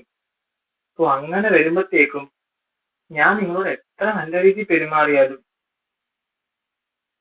അതിന് യാതൊരു വാല്യൂ ഇല്ല. എന്റെ ലോയൽറ്റിക്ക് അവിടെ വാല്യൂ ഇല്ല, എന്റെ ട്രൂത്ത്ഫുള്ളിന് അവിടെ വാല്യൂ ഇല്ല. മനസ്സിലായോ? പലപ്പോഴും നമ്മുടെ ജീവിതത്തിൽ ഏറ്റവും ട്രൂത്ത്ഫുൾ ആയിട്ടുള്ള, ലോയൽ ആയിട്ടുള്ള പലരും, നമ്മളെ ട്രൂ ആയിട്ട് ലവ് ചെയ്യുന്ന പലരും വന്നു പോയിട്ടുണ്ടാവും. പക്ഷെ പലരെയും നമ്മൾ കാണത്തില്ല. എന്നിട്ട് ഏതെങ്കിലും ടോക്സിക് തീവണ്ടിയുടെ നെഞ്ചത്തോട് ചെന്ന് കയറി കൊടുക്കുകയും ചെയ്യും. അവൻ നമ്മളെ എട്ടിന്റെ പണിയെന്ന് നിങ്ങളെ പിടിച്ച് തേച്ച് ചുറ്റിൽ ഒട്ടിക്കുകയും ചെയ്യും. എന്നിട്ട് പറയും, ആരെയും വിശ്വസിക്കാൻ കൊള്ളത്തില്ല, എല്ലാം തേപ്പ് കോൺട്രാക്ടിന്റെ ഓണേഴ്സാണ്. പലപ്പോഴും ശ്രദ്ധിച്ചിട്ടുണ്ടെന്ന് അറിയില്ല, പലപ്പോഴും എന്റെ പെങ്ങൾ ഉൾപ്പെടെ, എന്റെ പെങ്ങളെ കാര്യം പറയാം, അവൾ എന്ത് ചെയ്യും? പ്രാർത്ഥിച്ചതാ, ടോക്സിക് ആയിട്ടുള്ള ഒരു പയ്യനെ കിട്ടല്ലേ കിട്ടല്ലേ കിട്ടല്ലേ, ടോക്സിക്, ഒരിക്കലും ടോക്സിക് ആയിട്ടുള്ള ആളെ കിട്ടല്ലേ. എന്നിട്ട് നേരെ ചെന്ന് കയറി കൊടുത്ത ടോക്സിക് ആയിട്ടുള്ള ആളെ. എനിക്കറിയത്തില്ല, പിടിച്ച് കൊച്ച, ബുദ്ധിയുള്ള കൊച്ച, പക്ഷെ എന്തിനാണ് ഈ ടോക്സിക് ആയിട്ടുള്ള ആളെ നെഞ്ചത്ത് കയറി എനിക്കറിയത്തില്ല. അതിന് പറഞ്ഞിട്ട് കാര്യമില്ല, അതാണ് വേറെ സത്യം. ഓക്കെ, സോ പെർസ്പെക്റ്റീവ് എന്ന് പറയുന്നത് ഒന്നുകൂടി ഞാൻ പറയാം, ബാഡ് പെർസ്പെക്റ്റീവിന്റെ മെയിൻ റീസൺ ഒരിക്കലും നിങ്ങൾ എപ്പോഴും ചെക്ക് ചെയ്യുന്നുണ്ട്. അതിന് ഇനി ബാഡ് പെർസ്പെക്റ്റീവ് വരാതിരിക്കാനുള്ള മെയിൻ റീസൺ എന്ന് പറയുന്നത് അവയർനെസ്. കൃത്യമായിട്ടുള്ള അവയർനെസ് ഉണ്ടെങ്കിൽ നിങ്ങൾക്ക് ഒരിക്കലും ബാഡ് പെർസ്പെക്റ്റീവ് ഉണ്ടാകത്തില്ല. നിങ്ങളുടെ അവയർനെസ് പക്കയാണെങ്കിൽ നിങ്ങളുടെ പെർസ്പെക്റ്റീവും പക്കയായിരിക്കും, ഒരിക്കലും മാറില്ല. അതാണ് നേരത്തെ പറഞ്ഞ അവയർനെസ്. അതുകൊണ്ടാണ് ആ കറക്റ്റ് ഓർഡറിൽ ഞാൻ കൊണ്ടുവന്നത്. അവെയർ ആയിട്ടുള്ള, പക്ക വെൽ സെൽഫ് അവെയർ ആയിട്ടുള്ള വ്യക്തികൾ ഒരിക്കലും അവരുടെ പെർസ്പെക്റ്റീവ് ബാഡ് ആവത്തില്ല, അല്ലെങ്കിൽ മിസ് പെർസ്പെക്റ്റീവിലോട്ട് എത്തത്തില്ല. അങ്ങനെയുള്ളപ്പോൾ അവരുടെ റിലേഷൻഷിപ്പ്, അവരുടെ ലൈഫ് എപ്പോഴും ഹാപ്പി ആയിരിക്കും. ഹാപ്പി എന്നായിരിക്കും പറയുന്നത്. ദൈവം എട്ടിന്റെ പണി വരും. ദൈവത്തിന് ചില സമയത്ത് ഇരിക്കുമ്പോൾ ബോർ അടിച്ചു കഴിഞ്ഞാൽ നമുക്ക് പണി വരുന്നതാണ് പുള്ളിയുടെ പണി. സോ എന്നിരുന്നാൽ പോലും നമുക്കൊരു സ്ട്രെങ്ത് ഉണ്ടാവും. നമ്മൾ എല്ലാത്തിനെയും ഒരു പോസിറ്റീവായിട്ട് കാണാന്ന് പറയല്ലേ. അതിനു മുമ്പ് നിങ്ങൾ പ്രാക്ടീസിന്റെ ഏറ്റവും വലിയ കാര്യം എന്ന് പറയുന്നത്, മിസ് പെർസ്പെക്റ്റീവ് വന്നാൽ അത് മാറ്റുക. നിങ്ങൾ പഠിപ്പിക്കുന്ന സാറിനെ പറ്റി നിങ്ങളെ മുമ്പിൽ ഒരാൾ വന്നിരിക്കുമ്പോൾ, ഇപ്പോ നമ്മൾ പലപ്പോഴും, നിങ്ങൾക്ക് തന്നെ എക്സ്പീരിയൻസ് ഉണ്ട്, ആദ്യമൊക്കെ എന്ത് വൃത്തിയുടെ കറങ്ങനാ, പിന്നീട് കുറെ നാൾ പരിചയപ്പെട്ട് കഴിയുമ്പോഴത്തേക്ക് പാവോടാവൻ, ചക്കരടാവൻ എന്ന് നമുക്ക് തോന്നിയിട്ടുണ്ട് ഇല്ലേ? നിങ്ങളുടെ ലൈഫിൽ തന്നെ എത്ര പേര്, നിങ്ങൾ ആദ്യം ഒരുമാതിരി ജാടയാണ്, ഈ സംസാരിക്കാൻ കൊള്ളത്തില്ല എന്ന് വിചാരിച്ച പലരും കുറച്ച് നാൾ കഴിയുമ്പോൾ അവൻ കൊള്ളാം, അടിപൊളി, നമ്മുടെ വൈബ് തന്നെ തോന്നിട്ടില്ലേ? സോ അതാണ് പെർസ്പെക്റ്റീവിന്റെ ഏറ്റവും വലിയ കാര്യം. ഇതിനെപ്പറ്റി ഷോർട്ട് ചെയ്ത് ഞാൻ പിന്നെ അവസാനം പറയാം. ഡൗട്ട് ഉണ്ടെങ്കിൽ ചോദിക്കാൻ മറക്കും. നേരത്തെ പറഞ്ഞ പോലെ സെൽഫ് കോൺഫിഡൻസ് ബിൽഡ് ചെയ്യാൻ വേണ്ടി ഏറ്റവും വലിയ ചോദിക്കാനുള്ള. ഓക്കെ, രണ്ടാമത്തെ പ്രിൻസിപ്പൾ എന്ന് പറയുന്നത് 90% to 10 എന്ന് വെച്ച് കഴിഞ്ഞാൽ, നമ്മൾ പലപ്പോഴും പറയാറുണ്ട്, വലിയ വാശിക്ക് വീരാറിയാറുണ്ട്, ഞാൻ സ്വന്തം ഇഷ്ടത്തിന് ഞാൻ ചെയ്തതാ, എനിക്ക് സത്യം എന്ന് തോന്നിയത് ഞാൻ ചെയ്തു, എനിക്ക് ശരി എന്ന് തോന്നിയത് ഞാൻ ചെയ്തു. ഒരു കാര്യം പറയാം, നിങ്ങളുടെ മനസ്സിൽ തോന്നുന്ന 90% ചിന്തകളുടെയും മെയിൻ സോഴ്സ് എന്ന് പറയുന്നത് പുറത്തുനിന്നുള്ള 10%. നിങ്ങളുടെ മനസ്സിൽ തോന്നുന്ന 90% ചിന്തകളുടെ മെയിൻ സോഴ്സ് പുറത്തുനിന്നുള്ള 10%. ആ പുറത്തുനിന്നുള്ള 10% നിങ്ങൾ അച്ഛൻ, അമ്മ, അധ്യാപകര്, ദൈവം, നിങ്ങൾ വിശ്വസിക്കുന്ന ജാതി, മതം, രാഷ്ട്രീയം, നിങ്ങളെ കൂട്ടുകാർ, നിങ്ങളെ ബന്ധുക്കള്, നിങ്ങൾ പഠിക്കുന്ന കോളേജ്, നിങ്ങൾ പഠിക്കുന്ന സ്കൂള്, നിങ്ങളുടെ സിലബസ്, നിങ്ങൾ പഠിക്കുന്ന കോഴ്സ്, നിങ്ങൾ പഠിക്കുന്ന ഡിപ്പാർട്ട്മെന്റ്, നിങ്ങൾ പഠിക്കുന്ന ക്ലാസ്, അങ്ങനെ പലതും 10%. പലപ്പോഴും ഞാൻ കണ്ടിട്ടുണ്ട്, പലപ്പോഴും എന്ന് വെച്ച് കഴിഞ്ഞാല്, ഇപ്പോ ഫസ്റ്റ് ഇയറിൽ വന്ന്, ഫോർ എക്സാമ്പിൾ, ഇപ്പോ ആദ്യ ഘട്ടങ്ങളിൽ ആ പെങ്കൊച്ച് പക്ക ഡീസന്റ് ആണ്, പാവമായിട്ടുള്ള പെങ്കൊച്ചാണ്, എല്ലാവരും നല്ല സ്നേഹമാണ്. പക്ഷേ ഫ്രണ്ട്ഷിപ്പും ഫ്രണ്ട് സർക്കിളും മാറിയപ്പോ ഓട്ടോമാറ്റിക്കലി ആ പെങ്കൊച്ചു പോലും അറിയാതെ, റിയൽ ലൈഫ് എക്സ്പീരിയൻസിനാ പറയുന്നത്, ആ പെങ്കൊച്ചു പോലും അറിയാതെ ആ പെങ്കൊച്ചിന്റെ സ്വഭാവം മാറി. ആ പെങ്കൊച്ച് ഇത്രയും നാളും ഡ്രസ് ചെയ്തോണ്ടിരുന്ന രീതി മാറി, സംസാര രീതി മാറി, ആ പെങ്കൊച്ചിന്റെ കാഴ്ചപ്പാട് മാറി, ഡ്രീംസ് മാറി. നല്ല കൊച്ചായിരുന്നു, എന്ത് പറ്റിയെന്ന് അറിയാൻ മേല. അതിന് മെയിൻ റീസൺ എന്ന് പറയുന്നത് ഫ്രണ്ട്സാ. പക്ഷെ പുറമേ നോക്കി നമുക്ക് മനസ്സിലാകത്തില്ല. അതുകൊണ്ടാണ് ഞാൻ പണ്ടുള്ളവർ കാരണന്മാരെ പറയുന്നത്, ഫ്രണ്ട്സിനെ തിരഞ്ഞെടുക്കുമ്പോൾ നോക്കിയും കണ്ടും തിരഞ്ഞെടുക്കുക. എന്ത് ചെയ്താൽ പോലും 2 വട്ടം ചിന്തിക്കുക എന്ന് പറഞ്ഞാൽ കാരണന്മാർ എപ്പോഴും പറയുന്ന ഉപദേശമാണ്.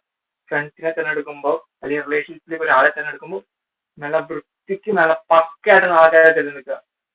എന്തെങ്കിലും ചെയ്യാൻ പോകുമ്പോൾ 2 വട്ടം ചിന്തിക്കാൻ എപ്പോഴും പറഞ്ഞ മെയിൻ റീസൺ എന്ന് പറഞ്ഞാൽ ഈ പെർസ്പെക്റ്റീവിന്റെ കാര്യം. പെർസ്പെക്റ്റീവ് പോലൊരു വലിയ ടോക്സിക് ആയിട്ടുള്ള വില്ലും വേറെയില്ല. മനസ്സിലായോ? സോ നമ്മുടെ മനസ്സിൽ തോന്നുന്ന ശരിയെന്ന് നമുക്ക് തോന്നുന്ന കാര്യങ്ങൾ ശരിയല്ല. അത് നിങ്ങൾ മനസ്സിലാക്കുക. അത് നിങ്ങൾക്ക് ഈ ഒരു കുറച്ചും കൂടി ലൈഫ് ഈ ഒരു 30 അടുപ്പിച്ചെത്തുമ്പോൾ മനസ്സിലാക്കും നിങ്ങൾ ഇത്രയും നാളും വിശ്വസിക്കുന്ന പല കാര്യങ്ങളും തെറ്റാണെന്ന് തോന്നും. നിങ്ങൾ ഇത്ര നാളും നിങ്ങളെ സ്നേഹിച്ചത് നിങ്ങളെ സ്നേഹിച്ചില്ല എന്ന് തോന്നും. കാരണം റിയാലിറ്റി എന്തെന്ന് നിങ്ങൾ പിന്നീടേ മനസ്സിലാവും. കാരണം അതുവരെ നിങ്ങളുടെ 90% ചിന്തകൾ ആരാ കൺട്രോൾ ചെയ്തത്?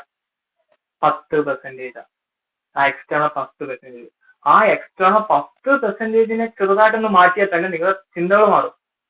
നിങ്ങൾ കേരളത്തിൽ ജനിച്ചു, അതുകൊണ്ട് തന്നെ നിങ്ങൾ 90% ഈ കേരളത്തെ ഡിപ്പെൻഡ് ചെയ്താ. നേരെ മറിച്ച് നിങ്ങൾ അമേരിക്ക ജനിച്ച പയ്യനായിരുന്നെങ്കിൽ പെൺകുട്ടായിരുന്നെങ്കിൽ നിങ്ങളുടെ ചിന്തകൾ മാറും. അവിടുത്തെ സ്റ്റൈൽ, അവിടുത്തെ ഫുഡ്, അവിടുത്തെ ഭാഷ. നിങ്ങൾക്ക് ഞാൻ ഈ പറഞ്ഞ തിയറി നിങ്ങൾക്ക് റിയൽ ലൈഫ് ചുമ്മാ പ്രാക്ടീസ് ചെയ്ത് നോക്കാൻ പറ്റും. ശ്രദ്ധിച്ചാൽ മതി. നിങ്ങളുടെ ഫ്രണ്ട്സ്, നിങ്ങൾ തന്നെ ചോദിക്കുക, ഞാൻ 10 പഠിച്ചപ്പോൾ എന്റെ ഫ്രണ്ട്സും ഇപ്പൊ പഠിച്ച എന്റെ ഫ്രണ്ട്സും തമ്മിലുള്ള വ്യത്യാസം നിങ്ങൾ നോക്കുക. നിങ്ങളുടെ ഫ്രണ്ട്സ് നോക്കുക, അതിൽ നിന്ന് നിങ്ങൾക്ക് എത്രത്തോളം മാറ്റം വന്നു നോക്കുക. സിമ്പിളാ. നിങ്ങൾക്ക് മാറ്റം വന്നിട്ടുണ്ടെങ്കിൽ നിങ്ങളുടെ മൈൻഡ് സെറ്റ് അല്ലെങ്കിൽ നിങ്ങളുടെ ക്യാരക്ടർ സ്റ്റേബിൾ അല്ല എന്നുള്ളത്. ഇപ്പോഴും സ്റ്റേബിൾ അല്ല, വേരിയബിൾ ആണ്. നമുക്ക് എപ്പോഴും ഒരു കോൺസ്റ്റന്റ് മൈൻഡ് സെറ്റ് വേണം, അല്ലെങ്കിൽ കോൺസ്റ്റന്റ് ക്യാരക്ടർ വേണം. എത്ര വലിയ ദുരിതം സംഭവിച്ചാലും, എത്ര വലിയ മോശം സംഭവിച്ചാൽ, എത്ര വലിയ തേപ്പ് സംഭവിച്ചാൽ പോലും നിങ്ങളുടെ പേഴ്സണാലിറ്റിയിൽ ഒരു മാറ്റവും വരാൻ പാടില്ല. അങ്ങനെ നിങ്ങൾക്ക് മാറ്റം വരുന്നുണ്ടെങ്കിൽ ഉള്ളത് പറയാമല്ലോ, നിങ്ങൾ ഇപ്പോഴും വളർന്നുകൊണ്ടിരിക്കുക, നിങ്ങൾ ഇപ്പോഴും കുട്ടിയാണ്. സോ നമുക്ക് നേരെ മെന്റൽ ഹെൽത്തിലോട്ട് പോവാം. കാരണം സമയം ഒരുപാടായി, 8:30 തീർക്കണമെന്ന് പറയും. സോ മെന്റൽ ഹെൽത്തിലോട്ട് പോവാണെങ്കിൽ, സോ മെന്റൽ ഹെൽത്ത് എന്ന് പറയുമ്പോൾ നിങ്ങൾക്ക് വീണ്ടും അതിന്റെ ഡെഫിനേഷൻ പറഞ്ഞ് ഞാൻ ബോറടിക്കുന്നില്ല. കാരണം ഒരു ഭയങ്കര ബോറാണ്. കാരണം നിങ്ങൾക്ക് തന്നെ അറിയാം മെന്റൽ ഹെൽത്ത് എന്ന് പറയുന്നത് മാനസികമായിട്ട് ഉണ്ടാകുന്ന ഹെൽത്തി ആയിട്ടുള്ള കാര്യങ്ങളാണ്. സോ നമുക്ക് പലതരത്തിലുള്ള ഹെൽത്ത് സെൻസസ് നമ്മുടെ സർക്കാർ, അല്ലെങ്കിൽ ഗവൺമെന്റ്, അല്ലെങ്കിൽ ഹെൽത്ത് ഡിപ്പാർട്ട്മെന്റ്, WHO പോലത്തെ ഡിപ്പാർട്ട്മെന്റ് ഒക്കെ എടുക്കുന്നുണ്ട്. ഒരു വ്യക്തി 100% ഹെൽത്തി ആണ് എന്ന് പറയണമെങ്കിൽ ഒരേപോലെ അവരുടെ ഹെൽത്ത്, ഫിസിക്കൽ ഹെൽത്തും മെന്റൽ ഹെൽത്തും ഒരുപോലെ ഓക്കെ ആണെങ്കിൽ മാത്രമേ എന്ത് ചെയ്യാൻ പറ്റത്തുള്ളൂ, ഇതുപോലെ ഒരു വ്യക്തി 100% ഓക്കെ ആണ് അല്ലെങ്കിൽ ഹെൽത്തി ആണെന്ന് പറയാൻ പറ്റും. ഇനി മെന്റൽ ഹെൽത്തിന്റെ ഏറ്റവും മെയിൻ ഫാക്ടർ പലപ്പോഴും എന്തുകൊണ്ട് ആർക്കും മെന്റലി ഹെൽത്തി അല്ല എന്ന് പറയുന്നു, അല്ലെങ്കിൽ മെന്റൽ ഡിസോർഡേഴ്സ് അടിക്കടി വന്നു പോകുന്നു. ഇപ്പൊ പണ്ടത്തെ ജനറേഷൻ വെച്ച് നോക്കുമ്പോൾ ഇപ്പോഴത്തെ കുട്ടികൾക്ക് ലോൺലിനെസ്, ഡിപ്രഷൻ, മറ്റു തരത്തിലുള്ള traumatic issues, anxiety issues, stress, panic attacks, അങ്ങനെ ഒരുപാട് വന്നു പോകുന്നതായിട്ട് കാണുന്നുണ്ട്. സോ ഈ വന്നു പോകുന്നത് എന്തുകൊണ്ടെന്ന് വെച്ചാലുള്ളത് മെന്റൽ ഹെൽത്ത് ആണ് കുഴപ്പം എന്നാണ് പറയുന്നത്. പക്ഷെ മെന്റൽ ഹെൽത്ത് അല്ല കുഴപ്പം. ആക്ച്വലി അവർക്ക് കൃത്യമായിട്ട് ഇല്ലാതെ പോകുന്ന ഒരേ ഒരു ഫാക്ടർ എന്ന് പറയുന്നത് ഇമോഷണൽ ഡെഫിഷ്യൻസിയാണ്. ആ വാക്ക് നോട്ട് ചെയ്യുക, ഇമോഷണൽ ഡെഫിഷ്യൻസി. നമുക്ക് മറ്റേ വിറ്റാമിൻ ഡെഫിഷ്യൻസിനെ പറ്റി അറിയാം. വിറ്റാമിൻ എയുടെ കുറവുണ്ടെങ്കിൽ ശരീരത്തിൽ ഇങ്ങനെ സംഭവിക്കും, വിറ്റാമിൻ ഡിയുടെ കുറവുണ്ടെങ്കിൽ അത് സംഭവിക്കും, വിറ്റാമിൻ സി ഉണ്ടെങ്കിൽ ഇത് സംഭവിക്കും. അതിനെപ്പറ്റി ഞാൻ പറഞ്ഞില്ല, ബയോളജി ക്ലാസ് ആയിട്ടും എനിക്ക് ബയോളജി ഞാൻ ഭയങ്കര വീക്കാം. എനിക്ക് ബയോളജി ഇഷ്ടമാണ്, ഞാൻ കസ്റ്റമേഴ്സ്. സോ ഇമോഷണൽ ഡെഫിഷ്യൻസി എന്ന് പറയുന്ന ഫാക്ടർ അതെന്താന്ന് വെച്ച് കഴിഞ്ഞാൽ ഓരോ പ്രായത്തിലും ഒരു മനുഷ്യന് കിട്ടേണ്ട emotional needs, emotional support, mental needs and mental support. എന്തൊക്കെയാ? Emotional needs, emotional support, mental needs and mental support. ഓരോ പ്രായത്തിലും ഓരോ വ്യക്തിക്കും ഓരോ വ്യക്തികളിൽ നിന്നും കിട്ടാതെ വരുമ്പോഴാണ് ഈ പറയുന്ന ഇമോഷണൽ ഡെഫിഷ്യൻസി അത് പിന്നീട് മെന്റൽ ഹെൽത്തിനെ ബാധിക്കുന്നത്. ഫോർ എക്സാമ്പിൾ പറയുകയാണെങ്കിൽ ഇപ്പൊ 10 വയസ്സുള്ള ഒരു പയ്യന് കിട്ടേണ്ട കെയർ, ഇഷ്ടം, സ്നേഹം, പ്രൊട്ടക്ഷൻ, അമ്മയുടെ നിന്നും അച്ഛനിൽ നിന്നും സഹോദരങ്ങളിൽ നിന്നും ഫാമിലിയിൽ നിന്നും കിട്ടേണ്ട കുറച്ച് ഇമോഷണൽ നീഡ്സ് ഉണ്ട്. ഈ പറഞ്ഞ ഇഷ്ടം, സ്നേഹം, പ്രണയം, ബഹുമാനം, അങ്ങനത്തെ കാര്യങ്ങളാണ്. നമ്മൾ കുറെ നിസ്സാരമായിട്ട് കാണുന്ന പല ചെറിയ ചെറിയ സന്തോഷം, കരച്ചിൽ, അങ്ങനെ എല്ലാം വരും. അത് ഒരു 10 വയസ്സുള്ള പയ്യന് കിട്ടേണ്ട അതിന് കിട്ടണം. അത് കിട്ടാതെ വരുമ്പോൾ ആ പയ്യന്റെ മൈൻഡ് അതിനെ ആ ഒരു സിനാരിയോയെ എന്താ പറയാ സോൾവ് ചെയ്യാൻ വേണ്ടി, ആ സിനാരിയോയിൽ നിന്ന് എസ്കേപ്പ് ആവാൻ വേണ്ടി സ്വന്തമായിട്ട് എന്ത് ചെയ്യും, രൂപകൽപ്പന ചെയ്യുക. അവരുടെ മൈൻഡ് ഓട്ടോമാറ്റിക്കലി സർവൈവൽ മോഡിലോട്ട് മാറി സ്വന്തമായിട്ട് ഒരു പ്രത്യേക രീതിയിൽ, മറ്റാരും ചിന്തിക്കാത്ത രീതിയിൽ, മറ്റാരും പ്രവർത്തിക്കാത്ത രീതിയിലുള്ള ഒരു വേറെ തന്നെ ക്യാരക്ടറിലോട്ട് മാറും. പക്ഷെ പുറമേ നോക്കുമ്പോൾ ആ വ്യക്തി യുണീക്ക് ആണെന്ന് നമ്മൾ പറയുമെങ്കിലും, പക്ഷെ ആക്ച്വലി അത് മെന്റലി ആ പയ്യനെ ഒരുപാട് ബാധിക്കും. കാരണം 10 വയസ്സിൽ കിട്ടേണ്ട സ്നേഹം 15-ാം വയസ്സിൽ കൊടുത്തു കഴിഞ്ഞാൽ ഒരിക്കലും വർക്ക് ആവത്തില്ല. പലപ്പോഴും ഈ മെന്റൽ ഹെൽത്തിന്റെ കേസസിൽ കൗൺസിലിങ്ങിന് പലരും വരുമ്പോൾ അവർ പലപ്പോഴും ആ സ്റ്റേജ് കഴിഞ്ഞു പോയിട്ടുണ്ടാവും. പലപ്പോഴും മരുന്ന് കഴിച്ചാലൊന്നും പലരും മാറാത്തതിന്റെ മെയിൻ റീസൺ എന്ന് വെച്ച് കഴിഞ്ഞാൽ 10-ാം വയസ്സിൽ കിട്ടേണ്ട സ്നേഹം 10-ാം വയസ്സിൽ കിട്ടണം. അത് 15-ാം വയസ്സിൽ കൊണ്ട് വെച്ച് കഴിഞ്ഞാൽ കിട്ടത്തില്ല. അപ്പൊ 15-ാം വയസ്സിൽ സ്നേഹം എപ്പോ കൊടുക്കും? ആര് കൊടുക്കും? ഒരാരും കൊടുക്കുന്നില്ല. സോ അതാണ് പറഞ്ഞത്, 10-ാം വയസ്സിൽ കിട്ടേണ്ട സ്നേഹം 10-ാം വയസ്സിൽ കിട്ടണം, 15-ാം വയസ്സിൽ കിട്ടേണ്ട 15-ാം വയസ്സിൽ കിട്ടണം, 20-ാം വയസ്സിൽ കിട്ടേണ്ട 20-ാം വയസ്സിൽ കിട്ടണം. ഈ പറയുന്ന ഓരോ പ്രായത്തിലും ഇപ്പോ നിങ്ങൾക്ക് കോളേജ് പിള്ളേരാണെന്നും പറഞ്ഞിട്ട് കാര്യമില്ല. നിങ്ങൾക്ക് നിങ്ങളുടെ പേരൻസിനും കോളേജ് ലൈഫിൽ കിട്ടേണ്ട കുറച്ച് കെയറിംഗ് ഉണ്ട്, അത് നിങ്ങൾക്ക് കിട്ടണം. നിങ്ങളുടെ ഫ്രണ്ട്സ്, നിങ്ങളുടെ കൂടെ പഠിക്കുന്ന ഫ്രണ്ട്സ്, നിങ്ങളുടെ ടീച്ചേഴ്സ്, അങ്ങനെ നിങ്ങളുടെ ലൈഫിൽ വന്നു പോകുന്ന പലരിൽ നിന്നും നിങ്ങൾ ഓരോ പ്രായത്തിലും കിട്ടേണ്ട ചില emotional needs and emotional support ഉണ്ട്. അത് കിട്ടാതെ വരുമ്പോഴാണ് പെട്ടെന്ന് എല്ലാവരും മെന്റലി ഡൗൺ ആവുന്നത്. അത് പെട്ടെന്ന് താളം തെറ്റുന്നത്, മെന്റലി മാനസികമായിട്ട് ഹെൽത്ത് താളം തെറ്റുന്നത്, പലരും ഡിപ്രഷനിലോട്ട് പോകുന്നത്, സൂയിസൈഡിലോട്ടും പോകുന്നത് പോലും ഈ പറയുന്ന ഇമോഷണൽ നെഗ്ലജൻസ്, ഇമോഷണൽ ഡെഫിഷ്യൻസി മൂലമാണ്. ഇനി എനിക്ക് നിങ്ങളോട് പ്രത്യേകം പറയാനുള്ള ഏറ്റവും അവസാന കാര്യം വെച്ച് കഴിഞ്ഞാൽ, നമ്മുടെ ലൈഫിൽ പലപ്പോഴും ഈ നേരത്തെ പറഞ്ഞ കാര്യം, ലോയൽ ആയിട്ടുള്ള, ട്രൂത്ത്ഫുൾ ആയിട്ടുള്ള, ട്രൂലി ലവ്, നിങ്ങളെ ട്രൂലി ലവ് ചെയ്യുകയും റെസ്പെക്ട് ചെയ്യുക മനസ്സിലാക്കുന്ന പല വ്യക്തിയും നിങ്ങളുടെ ലൈഫിൽ വന്നു പോകും. പക്ഷെ അവരോടൊന്നും നമുക്ക് ഒരു പിണ്ണാക്കും തോന്നില്ല. നമ്മൾ പറയും പാർട്ടില്ലായിരുന്നു, എനിക്ക് നിന്നെ കാണുമ്പോൾ അൺകംഫോർട്ടാണ്, അല്ലെങ്കിൽ നീ ഞാനത് വൈബ് ശരിയാകത്തില്ല എന്നൊക്കെ പറഞ്ഞ് നമ്മൾ അവരെ തന്നെ നിൽക്കും. സത്യം പറഞ്ഞാൽ അങ്ങനെയുള്ള വ്യക്തികളെ വേണം നമ്മൾ പ്രൊട്ടക്ട് ചെയ്യണം. പക്ഷെ നമ്മൾ എന്നിട്ട് നമ്മൾ പറയും ഈ ലോകത്ത് ആർക്കും ലോയൽറ്റി ഇല്ല, ലോയൽറ്റി റെയറാണ്, അല്ലെങ്കിൽ ട്രൂ ലവ് ഒന്നും ഈ ലോകത്ത് ഇപ്പൊ നിലവിലില്ല. സത്യം പറയാൻ നമ്മൾ കാണാത്തതാണ്. നമ്മളെ കാഴ്ചപ്പാടിന് കുഴപ്പമാണ്. നമ്മളെ കണ്ണുണ്ടാകുന്നില്ല, നമ്മൾ ഒന്നും കാണുന്നില്ല. അതാണ് സത്യം. നമ്മുടെ ലൈഫിൽ പലരും നമ്മൾ ട്രൂലി ലവ് ചെയ്യുന്നവരുണ്ട്, പക്ഷെ അങ്ങനെയുള്ള ആൾക്കാർ നമ്മൾ കാണത്തില്ല. അതിന്റെ മെയിൻ റീസൺ എന്ന് പറയുന്നത് നമ്മളെ ഹോർമോൺസ് തന്നെയാണ്. എപ്പോഴും നമ്മുടെ ഹോർമോൺസിനെ ഡിപ്പെൻഡ് ചെയ്തിട്ടാണ് നമ്മൾ ആൾക്കാർ സെലക്ട് ചെയ്യും. നിങ്ങൾ വിചാരിക്കുന്ന പോലെ നിങ്ങൾ ഫ്രണ്ട്സിനെ ഉണ്ടാക്കുന്നത് നിങ്ങളെ വൈബ് കണ്ടിട്ടൊന്നുമില്ല, നിങ്ങളുടെ സ്വഭാവം കണ്ടിട്ടൊന്നുമില്ല. നിങ്ങളെ കൂടെ ഉള്ള, പ്രത്യേകിച്ച് 18-23 വയസ്സിനിടയിൽ ഉണ്ടാകുന്ന ഏത് റിലേഷൻഷിപ്പിന്റെ മെയിൻ റീസൺ എന്ന് പറയുന്നത് നിങ്ങളെ ഹോർമോൺസ് ആണ്. അത് നിങ്ങൾ മനസ്സിലാക്കുക. അതാണ് ട്രൂ റിയാലിറ്റി എന്ന് പറയുന്നത്. നിങ്ങളെ കൂടെ നിൽക്കുന്ന പലരും പലപ്പോഴും ഒരു 10 വർഷം കഴിഞ്ഞിട്ട് നിങ്ങൾക്ക് ഈ പറഞ്ഞ ഇഷ്ടം സ്നേഹം നിങ്ങൾക്ക് തോന്നില്ല. പലപ്പോഴും ലവ് മാരേജുകൾ തകർന്ന് തരിപ്പണാവാനുള്ള മെയിൻ റീസൺ എന്ന് പറയുന്നത് ഈ പറയുന്ന കാഴ്ചപ്പാടിന് കുഴപ്പമാണ്. ഈ പറയുന്ന മെന്റൽ ഹെൽത്തും അതിന് ബാധകമാണ്. കാരണം നിങ്ങൾക്ക് കിട്ടേണ്ട ഇഷ്ടം, സ്നേഹം, പ്രണയം അത് വേറൊരാള് ഫ്രീ ആയിട്ട് തരുമ്പോ നമ്മൾ അങ്ങോട്ട് പോകും. അപ്പൊ നമ്മൾ വീട്ടുകാരെ നോക്കില്ല, നാട്ടുകാരെ നോക്കത്തില്ല. അപ്പൊ നമ്മൾ എന്ത് ചെയ്യും, നേരെ അയാൾ എഴുതും. പക്ഷെ അയാളുമായിട്ട് കുറച്ച് ലൈഫ് കഴിയുമ്പോഴേക്കും മനസ്സിലാവുന്നത് നിങ്ങൾക്ക് അയാളോട് തോന്നിയത് വെറും ഒരു എന്താ പറയാ അട്രാക്ഷൻ ആണ്. എന്നുവെച്ചാൽ നിങ്ങളുടെ ഹോർമോൺ മൂലം നിങ്ങൾക്കുണ്ടായ ഒരു കണക്ഷൻ ആണ്. അത് പതിയെ ഡ്രെയിൻ ആവും. അല്ലെങ്കിൽ നിങ്ങളെ സ്നേഹിക്കുന്നു എന്ന് നിങ്ങൾ തെറ്റിദ്ധരിച്ച് നീ ആ വ്യക്തിയോട് പോകും. കുറച്ച് കഴിയുമ്പോഴായിരിക്കും നിങ്ങൾ അറിയുന്നത്, ലൈഫ് സ്റ്റാർട്ട് ചെയ്ത് മാരേജ് ലൈഫ് കഴിഞ്ഞ് സ്റ്റാർട്ട് ചെയ്യുമ്പോഴായിരിക്കും നിങ്ങൾ അറിയുന്നത് ആ വ്യക്തി ടോക്സിക് ആയിരുന്നു. കലിപ്പന്റെ കലിപ്പെന്താന്ന് മനസ്സിലാവും, കാന്താരിയുടെ പവർ എന്താണെന്ന് മനസ്സിലാവും.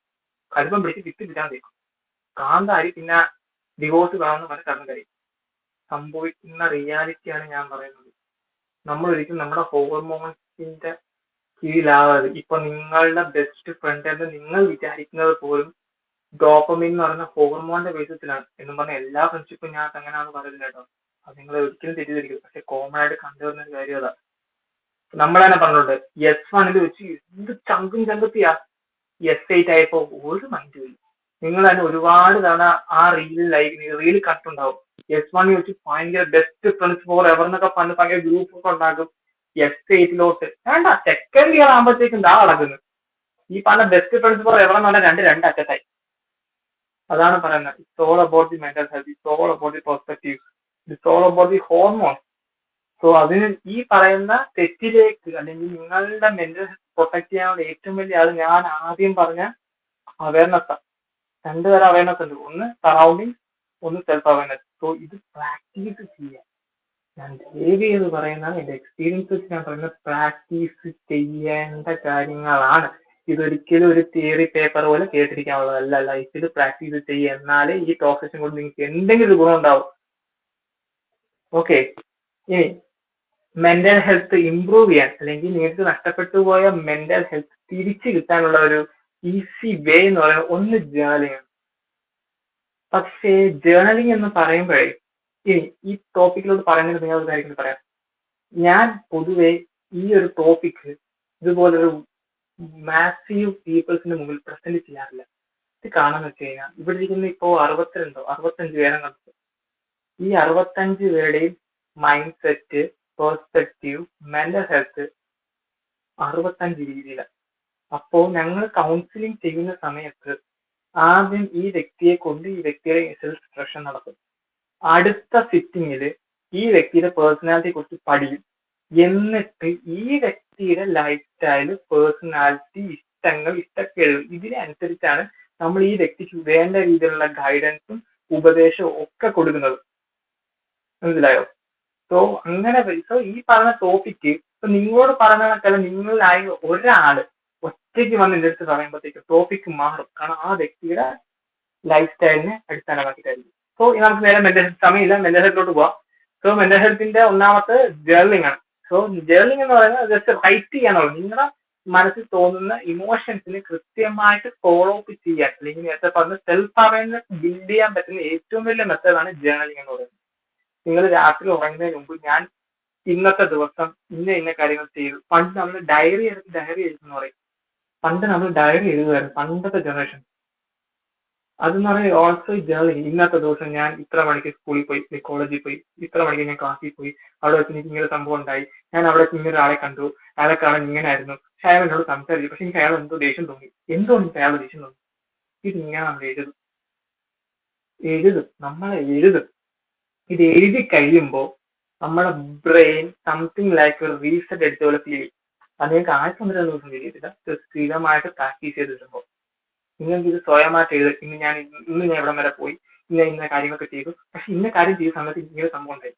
അതിന്റെ കാരണം എന്താണ് എന്ന് നമ്മൾ ഇങ്ങനെ എഴുതുമ്പോഴത്തേക്കും നമുക്ക് കൃത്യമായിട്ടൊരു ക്ലാരിറ്റി കിട്ടും. അല്ലെങ്കിൽ നമ്മൾ സെൽഫ് അവയർനെസ്സിലേക്ക് കംപ്ലീറ്റ് ആയിട്ടെത്തും.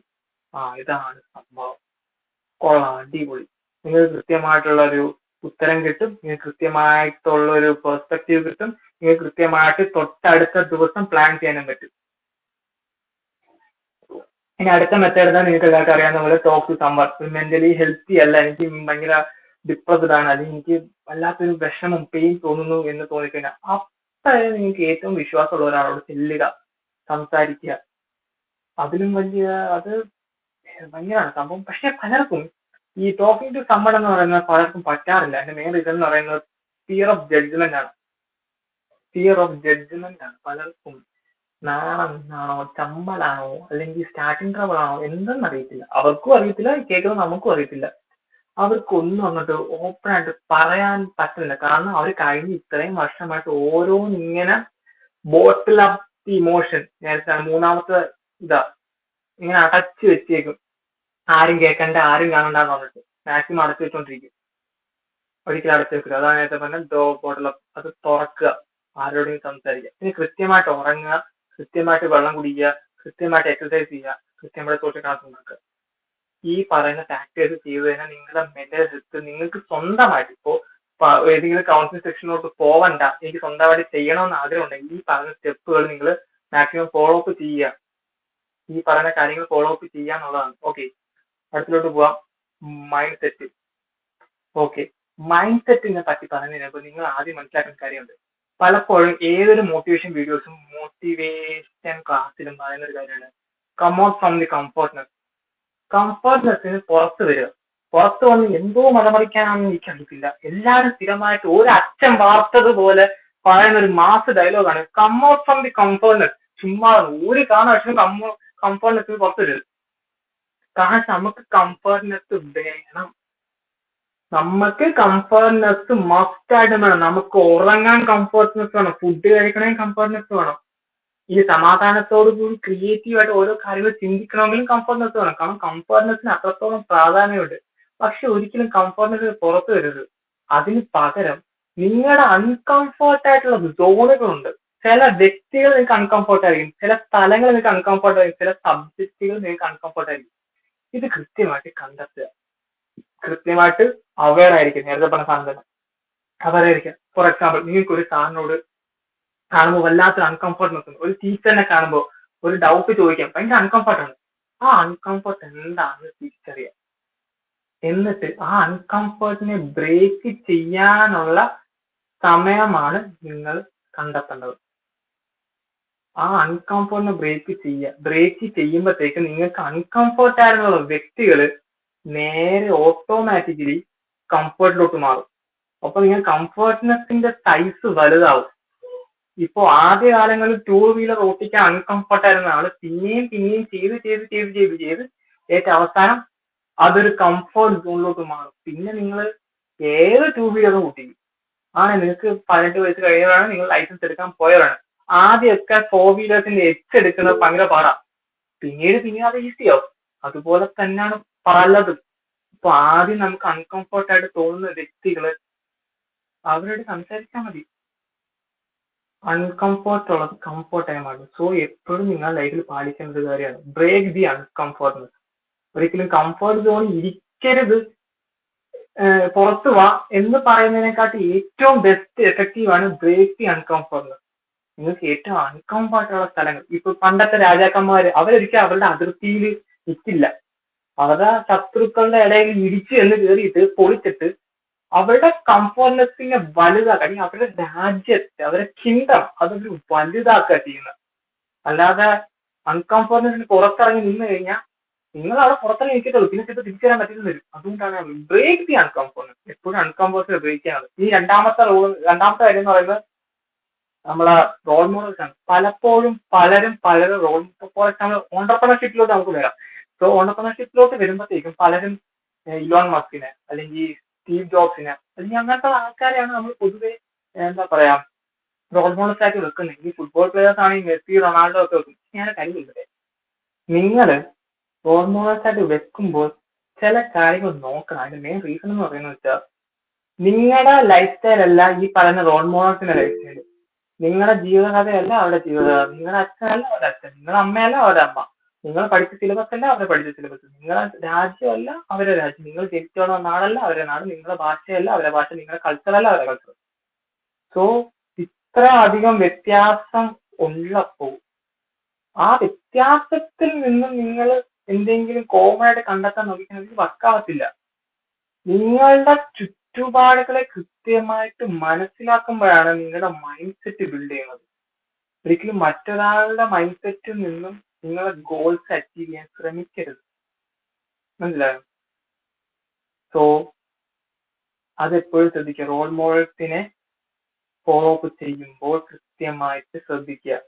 നിങ്ങളുമായിട്ട് എത്രത്തോളം കണക്റ്റഡ് ആയിരിക്കുന്നു എന്നുള്ളത് എപ്പോഴും ബാധിക്കണം, എപ്പോഴും ചിന്തിക്കണം കൃത്യമായിട്ട്.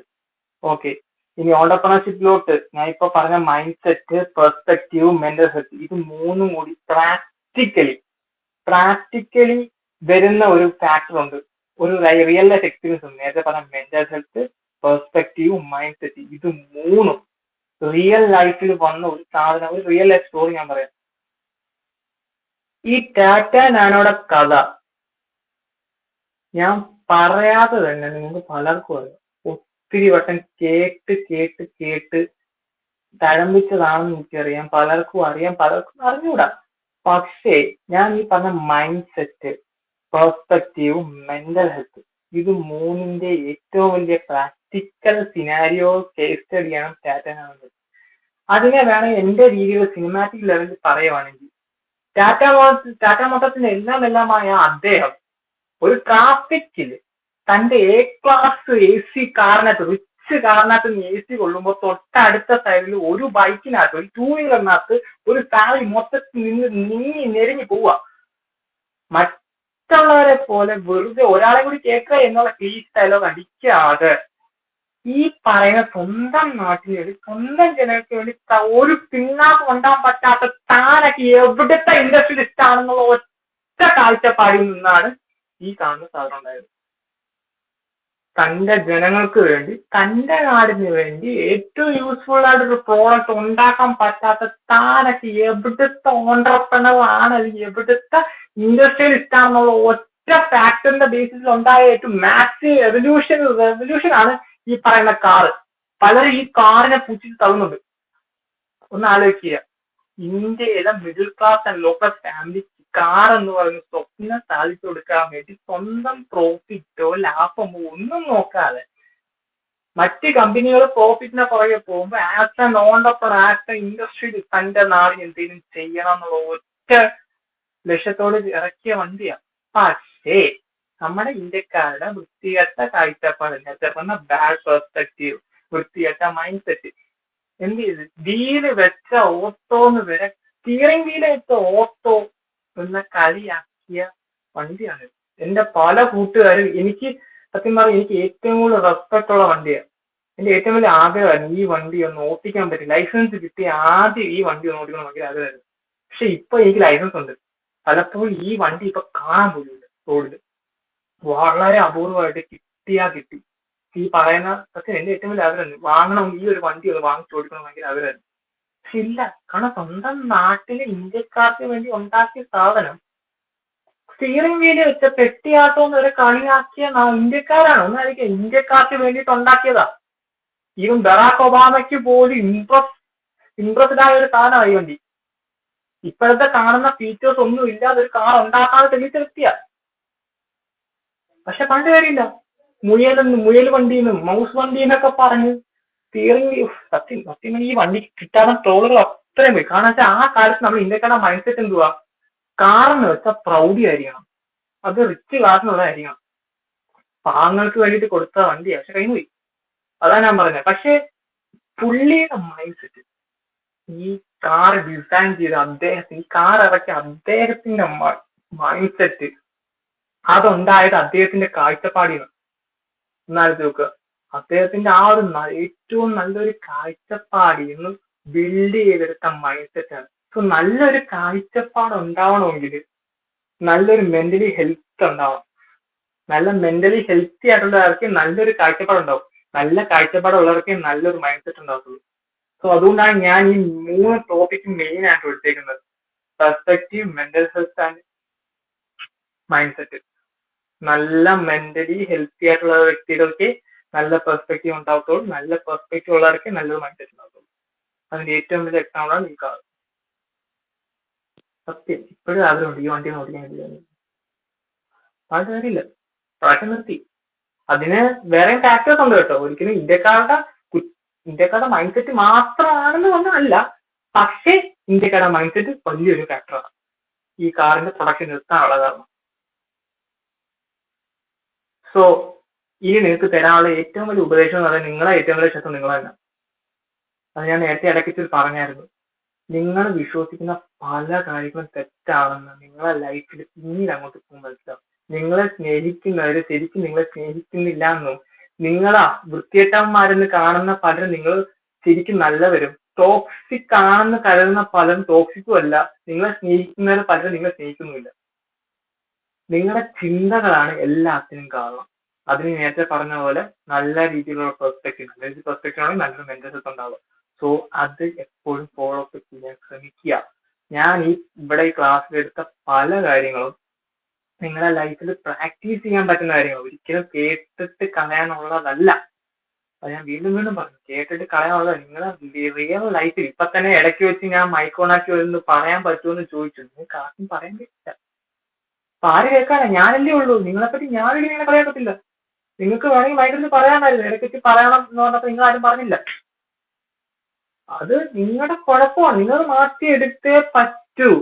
ഞാൻ എത്രയൊക്കെ കൗൺസിലിംഗ് ചെയ്താലും ഞാൻ പറയുന്ന രീതിയിൽ നിങ്ങൾ വർക്ക് ചെയ്യും. ഇപ്പൊ ഞാനെന്നല്ല, ഏതൊരു സൈക്കോളജി കൗൺസിലർ ചെന്നിട്ട് ഈ സാറ് എനിക്കൊരു കുഴപ്പമുണ്ടെന്ന് പറയുമ്പോൾ അദ്ദേഹം ചില കാര്യങ്ങൾ സജസ്റ്റ് ചെയ്യും.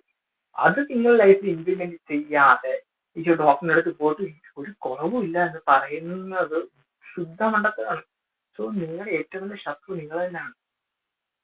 സോ അതുകൊണ്ട് എപ്പോഴും നേരത്തെ പറഞ്ഞ സെൽഫ് അവയർനെസ് ഉണ്ടായിരിക്കുക, നല്ല പെർസ്പെക്റ്റീവ് ബിൽഡ് ചെയ്യുക. നല്ല പെർസ്പെക്റ്റീവ് ബിൽഡ് ചെയ്യുന്നതിന് മുമ്പ് നല്ല മെന്റൽ ഹെൽത്ത് ഉണ്ടെങ്കിൽ നല്ല പെർസ്പെക്റ്റീവ് ഉണ്ടാവും. നല്ല പെർസ്പെക്റ്റീവ് ഉണ്ടെങ്കിൽ നല്ല മൈൻഡ് സെറ്റ് ആവും. നല്ല മൈൻഡ് സെറ്റ് ഉള്ള വ്യക്തികളെ വേണം നമുക്ക് ഈ ലോകത്ത് വേണ്ടത്. മനസ്സിലായോ? രത്തൻ ടാറ്റ ഒരു ബെസ്റ്റ് എക്സാമ്പിൾ ആണ്. ഓണ്ടർപ്രണർ ആവാൻ ആഗ്രഹമുള്ള, ഒരു ബിസിനസ്മാൻ ആവാൻ ആഗ്രഹമുള്ള ഏറ്റവും ബെസ്റ്റ് ആയിട്ടും റോൾ മോഡൽ ആക്കാൻ പറ്റിയ ഒരു വ്യക്തിയാണ്. കാരണം അദ്ദേഹം ഒരു ഇന്ത്യക്കാരനാണ്. അദ്ദേഹത്തിന്റെ ലൈഫ് സ്റ്റൈൽ എന്ന് പറയുന്നത് നമുക്ക് ഏറ്റവും കൂടുതൽ റിലേറ്റ് ചെയ്യാൻ പറ്റുന്നത് കൂടിയാണ്. അദ്ദേഹം റിച്ച് ആയിരുന്നു, അത് വേറെ ഫാമിലി വൈസ് റിച്ച് ആയിരുന്നു എന്ന് പറഞ്ഞിട്ട് കാര്യമില്ല. പക്ഷെ ആസ് എ ക്യാരക്ടർ വൈസ് നമുക്ക് ഏതൊരു വ്യക്തിക്കും, പ്രത്യേകിച്ച് നമ്മുടെ ബിടെക് സ്റ്റുഡൻസുകാർക്ക് ഏറ്റവും നല്ല റിലേറ്റ് ചെയ്യാൻ പറ്റുന്ന വ്യക്തിയാണ് രത്തൻ ടാറ്റ. സോ നിങ്ങളുടെ ശത്രു നിങ്ങളാണ്, അത് നിങ്ങൾ തിരിച്ചറിയണം. അതിന് നിങ്ങൾ സെൽഫ് അവയർനെസ് ഉണ്ടായിരിക്കണം. നിങ്ങളുടെ ചിന്തകളാണ് നിങ്ങളെ ഏറ്റവും കൂടുതൽ വില്ലനാക്കുന്നത്. സോ അത് തിരിച്ചറിയുക. സോ അത് തിരിച്ചറിഞ്ഞ് കഴിയുമ്പോൾ നല്ല മൈൻഡ് സെറ്റ്, നല്ല മെന്റൽ ഹെൽത്ത്, നല്ല പെർസ്പെക്റ്റീവ്, ഈ 3 കാര്യം ഉണ്ടെങ്കിൽ നിങ്ങളുടെ ഏറ്റവും വലിയ സ്ട്രെങ്ത് നിങ്ങൾ തന്നെയാവും. നിങ്ങൾക്ക് പിന്നെ വേറൊരു ആരുടെയും സപ്പോർട്ട് വേണ്ട. നിങ്ങൾ എന്ത് കാര്യം നിങ്ങൾ ഒറ്റയ്ക്ക് ചെയ്യും. നിങ്ങൾ 100 പേര് മട്ടത്തിൽ ഊക്കിയാൽ പോലും നിങ്ങളുടെ സ്ട്രെങ്ത് പോത്തില്ല. അതിനു മുമ്പ് ഈ പറയുന്ന 3 കാര്യങ്ങൾ നിങ്ങൾ മസ്റ്റായിട്ട് പ്രാക്ടീസ് ചെയ്ത് ബിൽഡപ്പ് ചെയ്തെടുക്കുക എന്നുള്ളതാണ് ഏറ്റവും വലിയ കാര്യം. സോ ഞാൻ പറഞ്ഞത് മനസ്സിലായെന്ന് കരുതുന്നു. സോ ഇതാണ് ഞാൻ പറഞ്ഞത്. സോ ഇനി നിങ്ങൾക്ക് ഈ ക്ലാസ് കേൾക്കുന്ന ആർക്കെങ്കിലും പേഴ്സണലായിട്ട് എന്തെങ്കിലും കൗൺസിലിങ്ങോ അല്ലെങ്കിൽ എന്തെങ്കിലും സപ്പോർട്ടോ വേണമെങ്കിൽ നിങ്ങൾക്ക് എന്നെ കോൺടാക്ട് ചെയ്യാവുന്നതാണ്. നിങ്ങളുടെ സോ ഇതെന്റെ ഒരു പേഴ്സണൽ എന്താ പറയുക പാഷന്റെ പുറത്ത് ഞാൻ ചെയ്യുന്നതാണ്. So it's of free of cost. കഴിഞ്ഞ സ്കൂൾ ലൈഫിലൊക്കെ ഞാൻ ചെയ്തിട്ടുണ്ട്, പ്ലസ് ഈ കോളേജിലും 1-2 പേർക്ക് ഞാൻ ചെയ്തിട്ടുണ്ട്. സോ എന്നെ കൊണ്ട് പറ്റുന്ന സഹായങ്ങളൊക്കെ ഞാൻ ചെയ്തു തരാം. So thank you so much four. So നിങ്ങൾക്ക് എപ്പോഴും എന്നെ കോൺടാക്ട് ചെയ്യാം. രാത്രി 10 മണിക്ക് ശേഷം കോൺടാക്ട് ചെയ്യാൻ എനിക്ക് ഉറങ്ങണം. സോ പ്ലീസ്, സോ നിങ്ങൾക്ക് എന്ത് സഹായത്തിന് എന്നെ വിളിക്കാന്നുള്ളത് എന്റെ ഡിപ്പാർട്ട്മെന്റിൽ വന്നു കഴിഞ്ഞാൽ ഇന്റർവ്യൂ സമയത്താണെങ്കിൽ എപ്പോഴും ഞാൻ ഡിപ്പാർട്ട്മെന്റിൽ കാണും. ഈ വൈകിട്ട് 4:00-ക്ക് ശേഷം ഞാൻ വീട്ടിൽ പോകത്തുള്ളൂ. അപ്പോഴും നിങ്ങൾക്ക് വരാം. നിങ്ങൾക്ക് ഒറ്റയ്ക്ക് വന്നിട്ട് നിങ്ങൾക്ക് വേണ്ട എല്ലാം. ദീപകൃഷ്ണ മാത്രമേ ഹാർട്ടിട്ടുകൊണ്ടിരിക്കുന്നു. കൊള്ളാം, ഇഷ്ടപ്പെട്ടു. Thank you so much. അയ്യോ, so so thank you so much for എന്നെ ഈ ഒരു ടോക്ക് സെഷനിലേക്ക് വിളിക്കും. കാരണം വെച്ചാൽ ഞാനിത് കുറെ നാൾക്ക് ശേഷം ഒന്ന് എന്താ പറയാ ഈ ഒരു പാഷൻ ഒന്ന് തിരിച്ച് കൊണ്ടുവരണം എന്നുള്ള ആഗ്രഹത്തോട് നിൽക്കുമ്പോഴാണ് കറക്റ്റ് ഇവിടെ ഇതിന്റെ കോർഡിനേറ്റേഴ്സ് എന്നെ കോൺടാക്ട് ചെയ്യുന്നതും അവർ വന്ന് ഈ ബുക്ക് ഈ ടോക്ക് സെഷൻ എടുത്തു തരണമെന്നൊക്കെ പറഞ്ഞിട്ട് അവർ ആദ്യം ഉദ്ദേശിച്ചത് ടെക്നിക്കൽ ടോക്ക് സെഷൻ ആയിരുന്നു. പക്ഷേ നമ്മൾ ടെക്നിക്കലി ഒരു കാര്യത്തിലേക്ക് എത്തുമ്പോൾ അല്ലെങ്കിൽ ഓണ്ടർപ്രണർഷിപ്പിലേക്ക് പോകുന്നതിന് മുമ്പ് നമ്മൾ ചെയ്യേണ്ട കുറച്ച് വാമപ്പുകളുണ്ട്. നിങ്ങൾ ക്രിക്കറ്റ് കോച്ചിങ്ങിനോ ഫുട്ബോൾ കോച്ചിങ്ങിനോ പോയി കഴിഞ്ഞാൽ അവർ ഒരിക്കലും ആദ്യമേ ബോൾ എടുത്ത് കൈ തരില്ല. നിങ്ങൾക്ക് വേണ്ട, ഇപ്പൊ ഫോർ എക്സാമ്പിൾ നമ്മൾ ക്രിക്കറ്റ് മാച്ച് കാണുന്നുണ്ട്. നിങ്ങൾ ഇന്ത്യൻ ടീം ക്രിക്കറ്റ് മാച്ച് കാണുന്നതിന് മുമ്പുള്ള കുറച്ച് സംഭവങ്ങൾ, പ്രീ ലൈവ്, അത് എല്ലാ ചാനലും ഇടത്തില്ല. അങ്ങനെ ഇടുമ്പോഴേ ശ്രദ്ധിച്ചാൽ മതി, അവരെപ്പോഴും വാമപ്പ് ചെയ്യുന്നത് കാണാൻ പറ്റും. ഫുട്ബോൾ കോച്ചിങ്, ഞാൻ ക്രിക്കറ്റ് കോച്ചിങ് പോയിട്ടുണ്ട് ഇടയ്ക്ക് വെച്ച്. സോ അങ്ങനെ വരുമ്പോഴത്തേക്കും നിങ്ങൾക്ക് എന്ത് ചെയ്യാന്ന് വെച്ച് കഴിഞ്ഞാൽ വാമപ്പിന്റെ ഭാഗമായിട്ട് നിങ്ങൾ ചെയ്യേണ്ടതാണ് ഈ പറഞ്ഞ മെന്റലി പ്രിപ്പയർഡ് ആവുക. ഫസ്റ്റ് മെന്റലി പ്രിപ്പയർഡ് ആയി കഴിഞ്ഞു കഴിഞ്ഞാൽ പിന്നെ നിങ്ങൾക്ക് എന്ത് പ്രശ്നം വന്നാലും നിങ്ങൾ മുന്നോട്ട് പോകും. സോ ഞാൻ ഈ പറഞ്ഞ കാര്യങ്ങൾ പ്രാക്ടീസ് ചെയ്യുക. നിങ്ങൾക്ക് എന്തെങ്കിലും ഡൗട്ടുകൾ ഉണ്ടെങ്കിൽ നിങ്ങൾക്ക് പേഴ്സണലി കോൺടാക്ട് ചെയ്യാവുന്നതാണ്. So thank you so much for inviting me. So നമുക്ക് വൈൻഡപ്പ് ചെയ്യാം. ഞാൻ വൈൻഡപ്പ് ചെയ്തു. കോർഡിനേറ്റേഴ്സ് എന്ത് ചെയ്യും? Okay. So I firmly thank you, Mr. T. N. Afzal, for parting your insights with us. It has been a wonderful session, and I thank you again for the session. And also, I thank everyone who attended the session. I hope you guys got valuable information from the session. So that's all from me.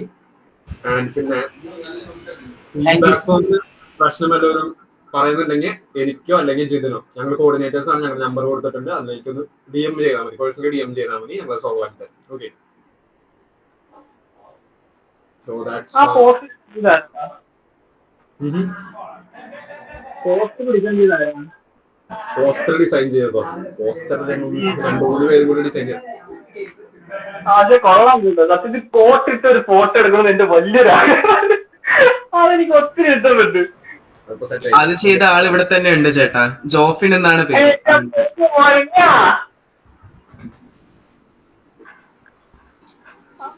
അത്രയല്ലേ? ജോഫിനാണ് ചെയ്തത്. ജോഫിൻ ആ ഒരു കോട്ടിന്റെ സംഭവം വെച്ചിട്ട് ചെയ്തിട്ടുണ്ടായിരുന്നു. പക്ഷെ അത് കൊള്ളാം കേട്ടോ. ഞാൻ ഒത്തിരി ആഗ്രഹിച്ചു ഒരു കോട്ട് വാങ്ങണമെന്ന് ആഗ്രഹിച്ചു. സത്യം പറയാ ഞാനങ്ങ് ഞെട്ടി പണ്ടായിപ്പോ ഞാൻ അയക്കുന്ന ഫോട്ടോ ഞാൻ കോട്ടയത്തൊക്കെ ഇരിക്കുന്നു. സത്യം എന്റെ ഉമ്മ അത് കണ്ടിട്ട് സത്യം പറയാം നമ്മൾ ഈ ചില ക്രിസ്ത്യൻ കല്യാണത്തൊക്കെ ഇറങ്ങിയെടുത്തില്ലേ കാറിന്. അയ്യോ അപ്പൊ അടിപൊളിയാട്ടോ. എനിക്ക് ഒത്തിരി ഇഷ്ടപ്പെട്ടതാണ്. ഹലോ ബ്രോ, കേൾക്കാമോ?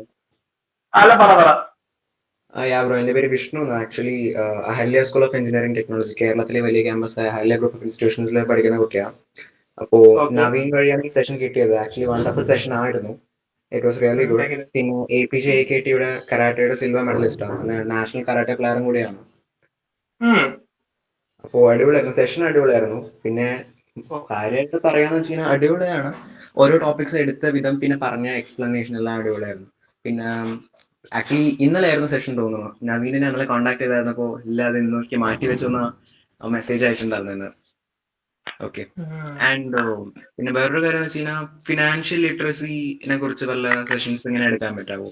ഐ മീൻ ഫിനാൻഷ്യൽ ലിറ്ററസിയോട് ഞാൻ കുറച്ച് ഇൻട്രസ്റ്റഡ് ആണ്. പിന്നെ കുറച്ച് ഡിസിഷൻ മേക്കിംഗ് എങ്ങനെ കറക്റ്റായിട്ട് എടുക്കേണ്ടതെന്നും കൂടി നോക്കണം. ഓക്കെ. ഈ ഫിനാൻഷ്യൽ ലിറ്ററസി എന്ന് പറയുമ്പോൾ അതിന്റെ പർട്ടിക്കുലർ എന്തൊരു ഐഡിയ പറ.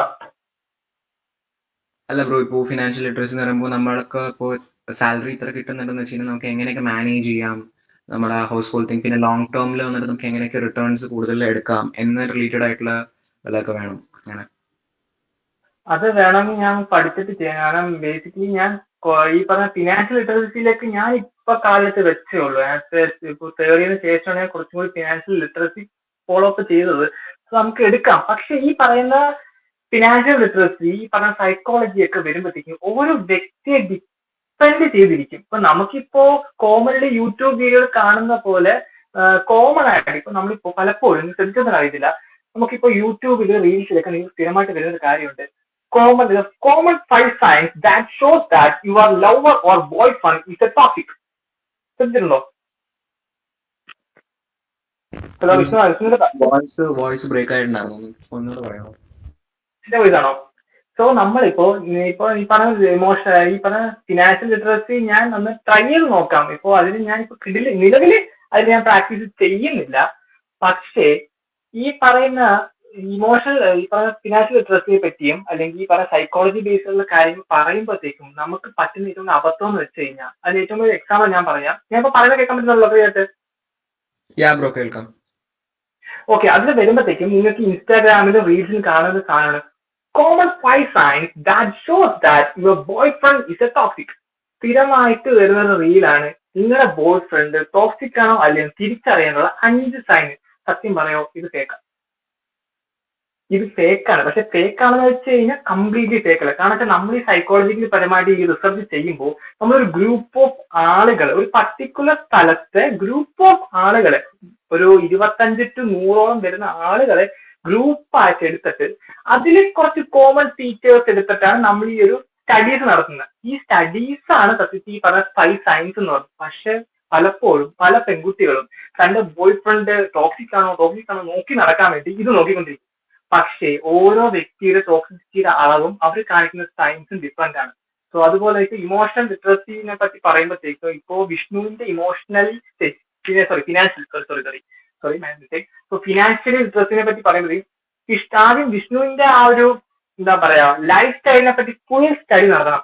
അതിന് ലൈഫ് സ്റ്റൈലിനെ പറ്റി സ്റ്റഡി എടുക്കുമ്പോൾ അച്ഛന്റെ അല്ലെങ്കിൽ വീട്ടിലെ ഏറ്റവും വലിയ ഫിനാൻഷ്യൽ സോഴ്സ് അച്ഛൻ അല്ലെങ്കിൽ അമ്മയുടെ ആ ഒരു ഫിനാൻഷ്യൽ ഗ്രോത്ത്, അതിനുശേഷം അത് എങ്ങനെ വിഷ്ണുവിനെ ഡിപ്പെൻഡ് ചെയ്തു, അതിനനുസരിച്ചാണ് വിഷ്ണു പൈസ ചെലവാക്കുന്നത്. ഫോർ എക്സാമ്പിൾ, ഒരു ചായക്കടക്കാരന്റെ മകനായ ഞാൻ ഒരു 100 രൂപയെ കാണുന്നതും ഒരു IAS ഉദ്യോഗസ്ഥന്റെ മകനായ ഒരാൾ 100 രൂപ കാണുന്നതും തമ്മിലൊരു വ്യത്യാസമുണ്ട്. സോ അതുകൊണ്ടാണ് ഞാൻ പൊതുവെ ഇങ്ങനത്തുള്ള വിഷയങ്ങൾ വരുമ്പോഴത്തേക്ക് ഒരുപാട് കോൺട്രവേഴ്സീസ് വരും. അപ്പൊ നമ്മൾ ഈ പറയുന്ന പോലെ കുറെ റിസർച്ച് ചെയ്തിട്ട് കോമൺ ആയിട്ടുള്ള കുറച്ച് തിയറീസ് പറയാനാണ് പരിപാടി. അത് പലപ്പോഴും കേട്ട് വരുമ്പോൾ ബോറടിക്കുകയും അത് പ്രാക്ടിക്കലി വർക്കൗട്ട് ആവത്തില്ല. പക്ഷെ ഞാൻ പറഞ്ഞ പോലെ ഞാൻ ട്രൈ ചെയ്ത് നോക്കാം. എല്ലാവരും കോമൺ ആയിട്ട് പ്രാക്ടീസ് ചെയ്യാൻ പറ്റുന്ന ഏതെങ്കിലും ഒരു തിയറിയെ ബേസ് ചെയ്ത് ഞാൻ പ്രാക്ടീസ് ചെയ്യാൻ ശ്രമിക്കുക. അതുപോലെ ഡിസിഷൻ മേക്കിംഗ് ചെയ്യുമ്പോഴത്തേക്കും ഇതുപോലെ ഓൺലൈൻ സെക്ഷനെക്കാട്ടി നല്ല ഓഫ്ലൈൻ സെക്ഷനാണ്. ഒരു ഗ്രൂപ്പ് ഓഫ് ആളുകളെ, അതിൽ തന്നെ ഏറ്റവും കുറഞ്ഞ പക്ക ഫോക്കസ്ഡ് ആയിട്ടുള്ള ആളുകളെ ഗ്രൂപ്പായിട്ട് നിർത്തിയിട്ട് അവരെ കൊണ്ട് തന്നെ എങ്ങനെ വിത്ത് പ്രാക്ടിക്കൽ, ഒരിക്കലും ഈ പറയുന്ന മോട്ടിവേഷൻ വീഡിയോസ് മോട്ടിവേഷൻ തരുന്ന കണക്കോ അല്ലെങ്കിൽ പാസ്റ്റേഴ്സ് മൈക്കിൽ കൂടെ വിളിച്ചത് ദൈവം നിങ്ങളെ അനുഗ്രഹിച്ചിരിക്കുന്നു, ദൈവം നിങ്ങൾ ഇതാ തൊടുന്നു എന്ന് പറയുന്നതിനെക്കാട്ടി നല്ലത് ഗ്രൂപ്പായിട്ട് ഫിസിക്കലി വന്ന് പക്ക പ്രാക്ടിക്കലായിട്ട് പറയുമ്പോഴാണ് അതിന് ഏറ്റവും വലിയ എഫക്റ്റ് എന്ന് പറയുന്നത്. ഞാൻ പൊതുവെ ഈ സെക്ഷൻസ് എല്ലാം ഓഫ്ലൈനിലാണ് ചെയ്യുന്നത്. സോ വിഷ്ണു പറഞ്ഞ പോലെ ഞാൻ ട്രൈ ചെയ്യാം, ഉറപ്പില്ല. ഇപ്പോ ഞാൻ പഠിച്ച സ്കൂളിൽ ഇപ്പോ എന്നെ സ്കൂളിൽ വിളിച്ചിട്ടുണ്ട് എന്റെ. സോ അതൊക്കെ കഴിഞ്ഞിട്ട് ഞാൻ നോക്കാം. സോ തേർഡ് ഇയർ ഇനി അങ്ങോട്ട് കുറച്ച് ബിസി ആയിരിക്കും, പക്ഷെ എന്നാലും ഞാൻ ട്രൈ ചെയ്യാം കേട്ടോ. അത് എന്റെ വാക്കാണ്, ഞാൻ ട്രൈ ചെയ്യാതിരിക്കത്തില്ല. ട്രൈ ചെയ്യുമ്പോൾ ഞാൻ ഇതേ ഓർഗനൈസേഷനിലൂടെ തന്നെ അല്ലെങ്കിൽ ഇതുപോലെ തന്നെ ഒത്തിരി ഓർഗനൈസേഷൻ നമ്മുടെ കോളേജിലുണ്ട്, അതിലൂടെ അല്ലെങ്കിൽ നിങ്ങൾക്ക് നിങ്ങളുടെ കോളേജിൽ പ്രത്യേകം എടുത്തു തരണമെങ്കിൽ അത് ഞാൻ ചെയ്തു തരാം. Okay Okay, bro. Okay, thank you. Anyway, it was nice. Thank you. Okay കാര്യങ്ങളുണ്ടാ. സോ ഇനി ആർക്കെങ്കിലും എന്തെങ്കിലും ഫീഡ്ബാക്ക് പറയാനോ അങ്ങനെ എന്തെങ്കിലും ഉണ്ടോ? വൈൻഡപ്പ് ചെയ്യായിരുന്നു. ഇപ്പൊ തന്നെ സമയം കുറച്ച് അധികമായി. നമ്മൾ 8:30 വൈൻഡപ്പ് ചെയ്യാന്ന് വിചാരിച്ചായിരുന്നു. അതാണ് ആ ടോപ്പിക്ക് ഇങ്ങനെ എടുത്തു തുടങ്ങിക്കഴിഞ്ഞാൽ അതാ കടലോടെ കടക്കുക. തുടങ്ങിക്കഴിഞ്ഞാൽ എപ്പോ നിർത്തുമെന്ന് എങ്ങനെ നിർത്തുമെന്ന് ഒരു കൊടുത്തും കിട്ടും. പക്ഷെ വിഷ്ണു കരാട്ട പ്രാക്ടീസ് ചെയ്തെന്ന് പറഞ്ഞില്ലേ? Yeah, bro. Karate, national karate player. ഓ അതൊരിക്കലും കളയല്ലേ. ഇപ്പോ എഞ്ചിനീയറിംഗ് പോയാലും വിദ്യാഭ്യാസം പോയാലും ഒരിക്കലും അത് കളയരുത്. കാരണം ഇത് ഗിഫ്റ്റഡ് ആണ്. കാരണം വിഷ്ണുവിന്റെ ക്യാരക്ടറിനെ ഡിഫൈൻ ചെയ്യുന്നതിൽ ഏറ്റവും വലിയ പങ്ക് വഹിച്ചൊരു കാര്യമാണ്. സോ ഒരു കാരണവശാലും സാമ്പത്തിക ബുദ്ധിമുട്ടുണ്ടെന്നൊക്കെ പറഞ്ഞ് ഒരിക്കലും കളയരുത്. കാരണം ഞാൻ എന്റെ പേഴ്സണാലിറ്റി അങ്ങനെ സാക്രിഫൈസ് ചെയ്ത വ്യക്തിയാണ്. ഞാൻ എന്റെ ലൈഫിൽ ഒരുപാട് അനുഭവിച്ചിട്ടുണ്ട്, പലതും വേണ്ടാന്ന് വെച്ചിട്ടുണ്ട്. ഒരിക്കലും ഞാൻ ചെയ്ത തെറ്റ് വിഷ്ണു ചെയ്യാതിരിക്കുക, മാക്സിമം മുന്നോട്ട് കൊണ്ടുപോകുക. Okay Okay, bro. Thank you. കാരണം അത് ബിൽഡ് ചെയ്യുക, ആ ഒരു ഇമോഷണലി ആ ഒരു മെന്റൽ ഹെൽത്തിനെ ബിൽഡ് ചെയ്യാൻ ഏറ്റവും ബെസ്റ്റ് ആണ് മാർഷൽ ആർട്സ് എന്ന് പറയുന്നത്. ഏതൊരു മെഡിസിനെ കാട്ടിയും ഏറ്റവും ബെസ്റ്റ് മാർഷൽ ആർട്സ് ആണ്. സോ എല്ലാവരും അത് പ്രാക്ടീസ് ചെയ്യണമെന്നാണ് സത്യം എന്റെ ഒരു ആഗ്രഹം. സത്യം പറഞ്ഞാൽ നമ്മളെ കേരള കൾച്ചർ വെച്ചിട്ട്, പണ്ട് കാലത്തെ കൾച്ചർ വെച്ചിട്ട് ജനിച്ചു വളരുന്ന ഓരോ കുട്ടിയും ഒരു കളരി യോദ്ധാവിന്റെ അടുത്ത് നിന്ന് പ്രാക്ടീസ് ചെയ്യുന്ന രീതിയുണ്ട്. പക്ഷെ ബ്രിട്ടീഷുകാരുടെ വരവോടുകൂടി അവർ ഈ ഒരു ആയോധന കലയെ പേടിച്ചിരുന്നു. കാരണം വെച്ച് കഴിഞ്ഞാൽ അവർ ഈ ആയോധന കല, കളരിപ്പയറ്റ് പോലത്തെ ഒരു ആയോധന കലയെ അത് സൂപ്പർ നാച്ചുറൽ ആയിട്ടാണ് കണ്ടത്. സാധാരണ ഒരു മനുഷ്യനില്ലാത്തത്ര വേഗത, ഫോക്കസ്, സ്ട്രെങ്ത്. അപ്പോഴത്തേക്ക് ഇത് സൂപ്പർ നാച്ചുറൽ ആണ്, ബ്ലാക്ക് മാജിക് ആണെന്നൊക്കെ പറഞ്ഞ് ഈ നമ്മുടെ ബ്രിട്ടീഷുകാര് 8ന്റെ പണി എന്നിട്ടാണ് പോയത്. സത്യം പറയാൻ ഇപ്പോ നമ്മളിൽ നിന്നും പഠിച്ച് ഇപ്പോ ചൈന, ജപ്പാൻ പോലത്തെ മറ്റു രാജ്യങ്ങൾ അത് അവരെ കൾച്ചറിന്റെ ഭാഗമാക്കി മാറ്റി. പക്ഷെ നമുക്ക് ഇതിപ്പോഴും ഇല്ല എന്നുള്ളതാണ് ഏറ്റവും വലിയ കഷ്ടം. സോ അങ്ങനെ ഈ പറഞ്ഞ മാർഷൽ ആർട്സ്, ജുഡുസ്കു, ഈ പറഞ്ഞ കുൻഫു, കരാട്ടെ, മാർഷൽ അങ്ങനെ എല്ലാം പ്രാക്ടീസ് ചെയ്യുന്ന ആരെങ്കിലും ഈ പ്രൊഫഷനിൽ ഉണ്ടെങ്കിൽ ഒരു കാരണവശാലും വിട്ട് കളയരുത്. അതാണ് ഏറ്റവും വലിയ എനിക്ക് തരാനുള്ള ഉപദേശം. എഞ്ചിനീയറിംഗ് പോയാലും നിങ്ങൾക്ക് ഈ ഒരു കോൺഫിഡൻസ്, ഈ മാർഷൽ ആർട്സ് തരുന്ന സെൽഫ് കോൺഫിഡൻസ് നിങ്ങൾക്ക് വേറെ ഒരു വസ്തുവും തരത്തില്ല. അത് ഞാൻ 6ാം ക്ലാസ്സിൽ ഈ CBSE സ്കൂളുകാര് ഈ പേരൻസിനെ പറ്റിക്കാൻ വേണ്ടി ഒരു പരിപാടി ഉണ്ട്. ആഴ്ചയിൽ ഒരിക്കലും 1/2 മണിക്കൂർ ക്ലാസ് ഉണ്ട് കരാട്ടെ പഠിക്കാനായിട്ട്. സോ അതിൽ നിന്നും ആ ഇച്ചിരി നേരം ഉണ്ടെങ്കിൽ ഇപ്പോൾ അത് എന്നെ ഫിസിക്കലി ആൻഡ് മെന്റലി ഒരുപാട് ഹെൽപ്പ് ചെയ്ത കാര്യം. സോ ഒരു കാരണവശാലും അത് വേണ്ടെന്ന് നോക്കല്ലേ. ഓക്കെ ഇനി ആരെങ്കിലും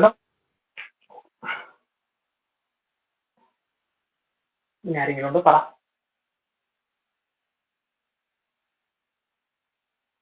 ഈ എന്തും ചോദിക്കാം. നിങ്ങൾ റിലേഷൻഷിപ്പിനെ പറ്റി ചോദിക്കണമെങ്കിൽ ചോദിക്കാം, ഫ്രണ്ട്ഷിപ്പിനെ പറ്റി ചോദിക്കണമെങ്കിൽ ചോദിക്കാം, എന്ത് വേണമെങ്കിലും എന്ത് കുളത്തരം ചോദിക്കാം, ധൈര്യമായിട്ട് ചോദിച്ചു. ഞാൻ അവിടെ സുഖമായിട്ട് എൻജോയ് ചെയ്യാൻ വേണ്ടി കാത്തിരിക്കുക.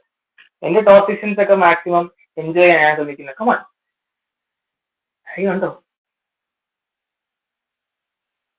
അതില്ലെങ്കിൽ ഞാനിപ്പോ പോകും. വേറെ കാര്യം, നിങ്ങൾക്ക് ഫുഡ് കഴിക്കാൻ സമയം, എനിക്കും ഫുഡ് കഴിക്കാൻ സമയം. ഹലോ, ചെയ്യാം. സോ എന്റെ നമ്പർ ആർക്കെങ്കിലും വേണമെങ്കിൽ കൊടുത്തേക്ക് കേട്ടോ. Okay, fine. Sure, എന്തായാലും കൊടുക്കാം. So once again, I thank you for conducting the session. So എന്തായാലും വൈൻഡപ്പ് ചെയ്യാം.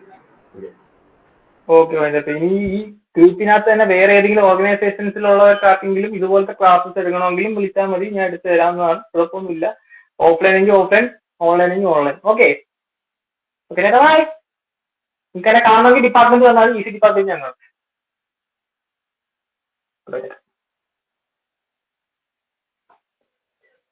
Okay, bye.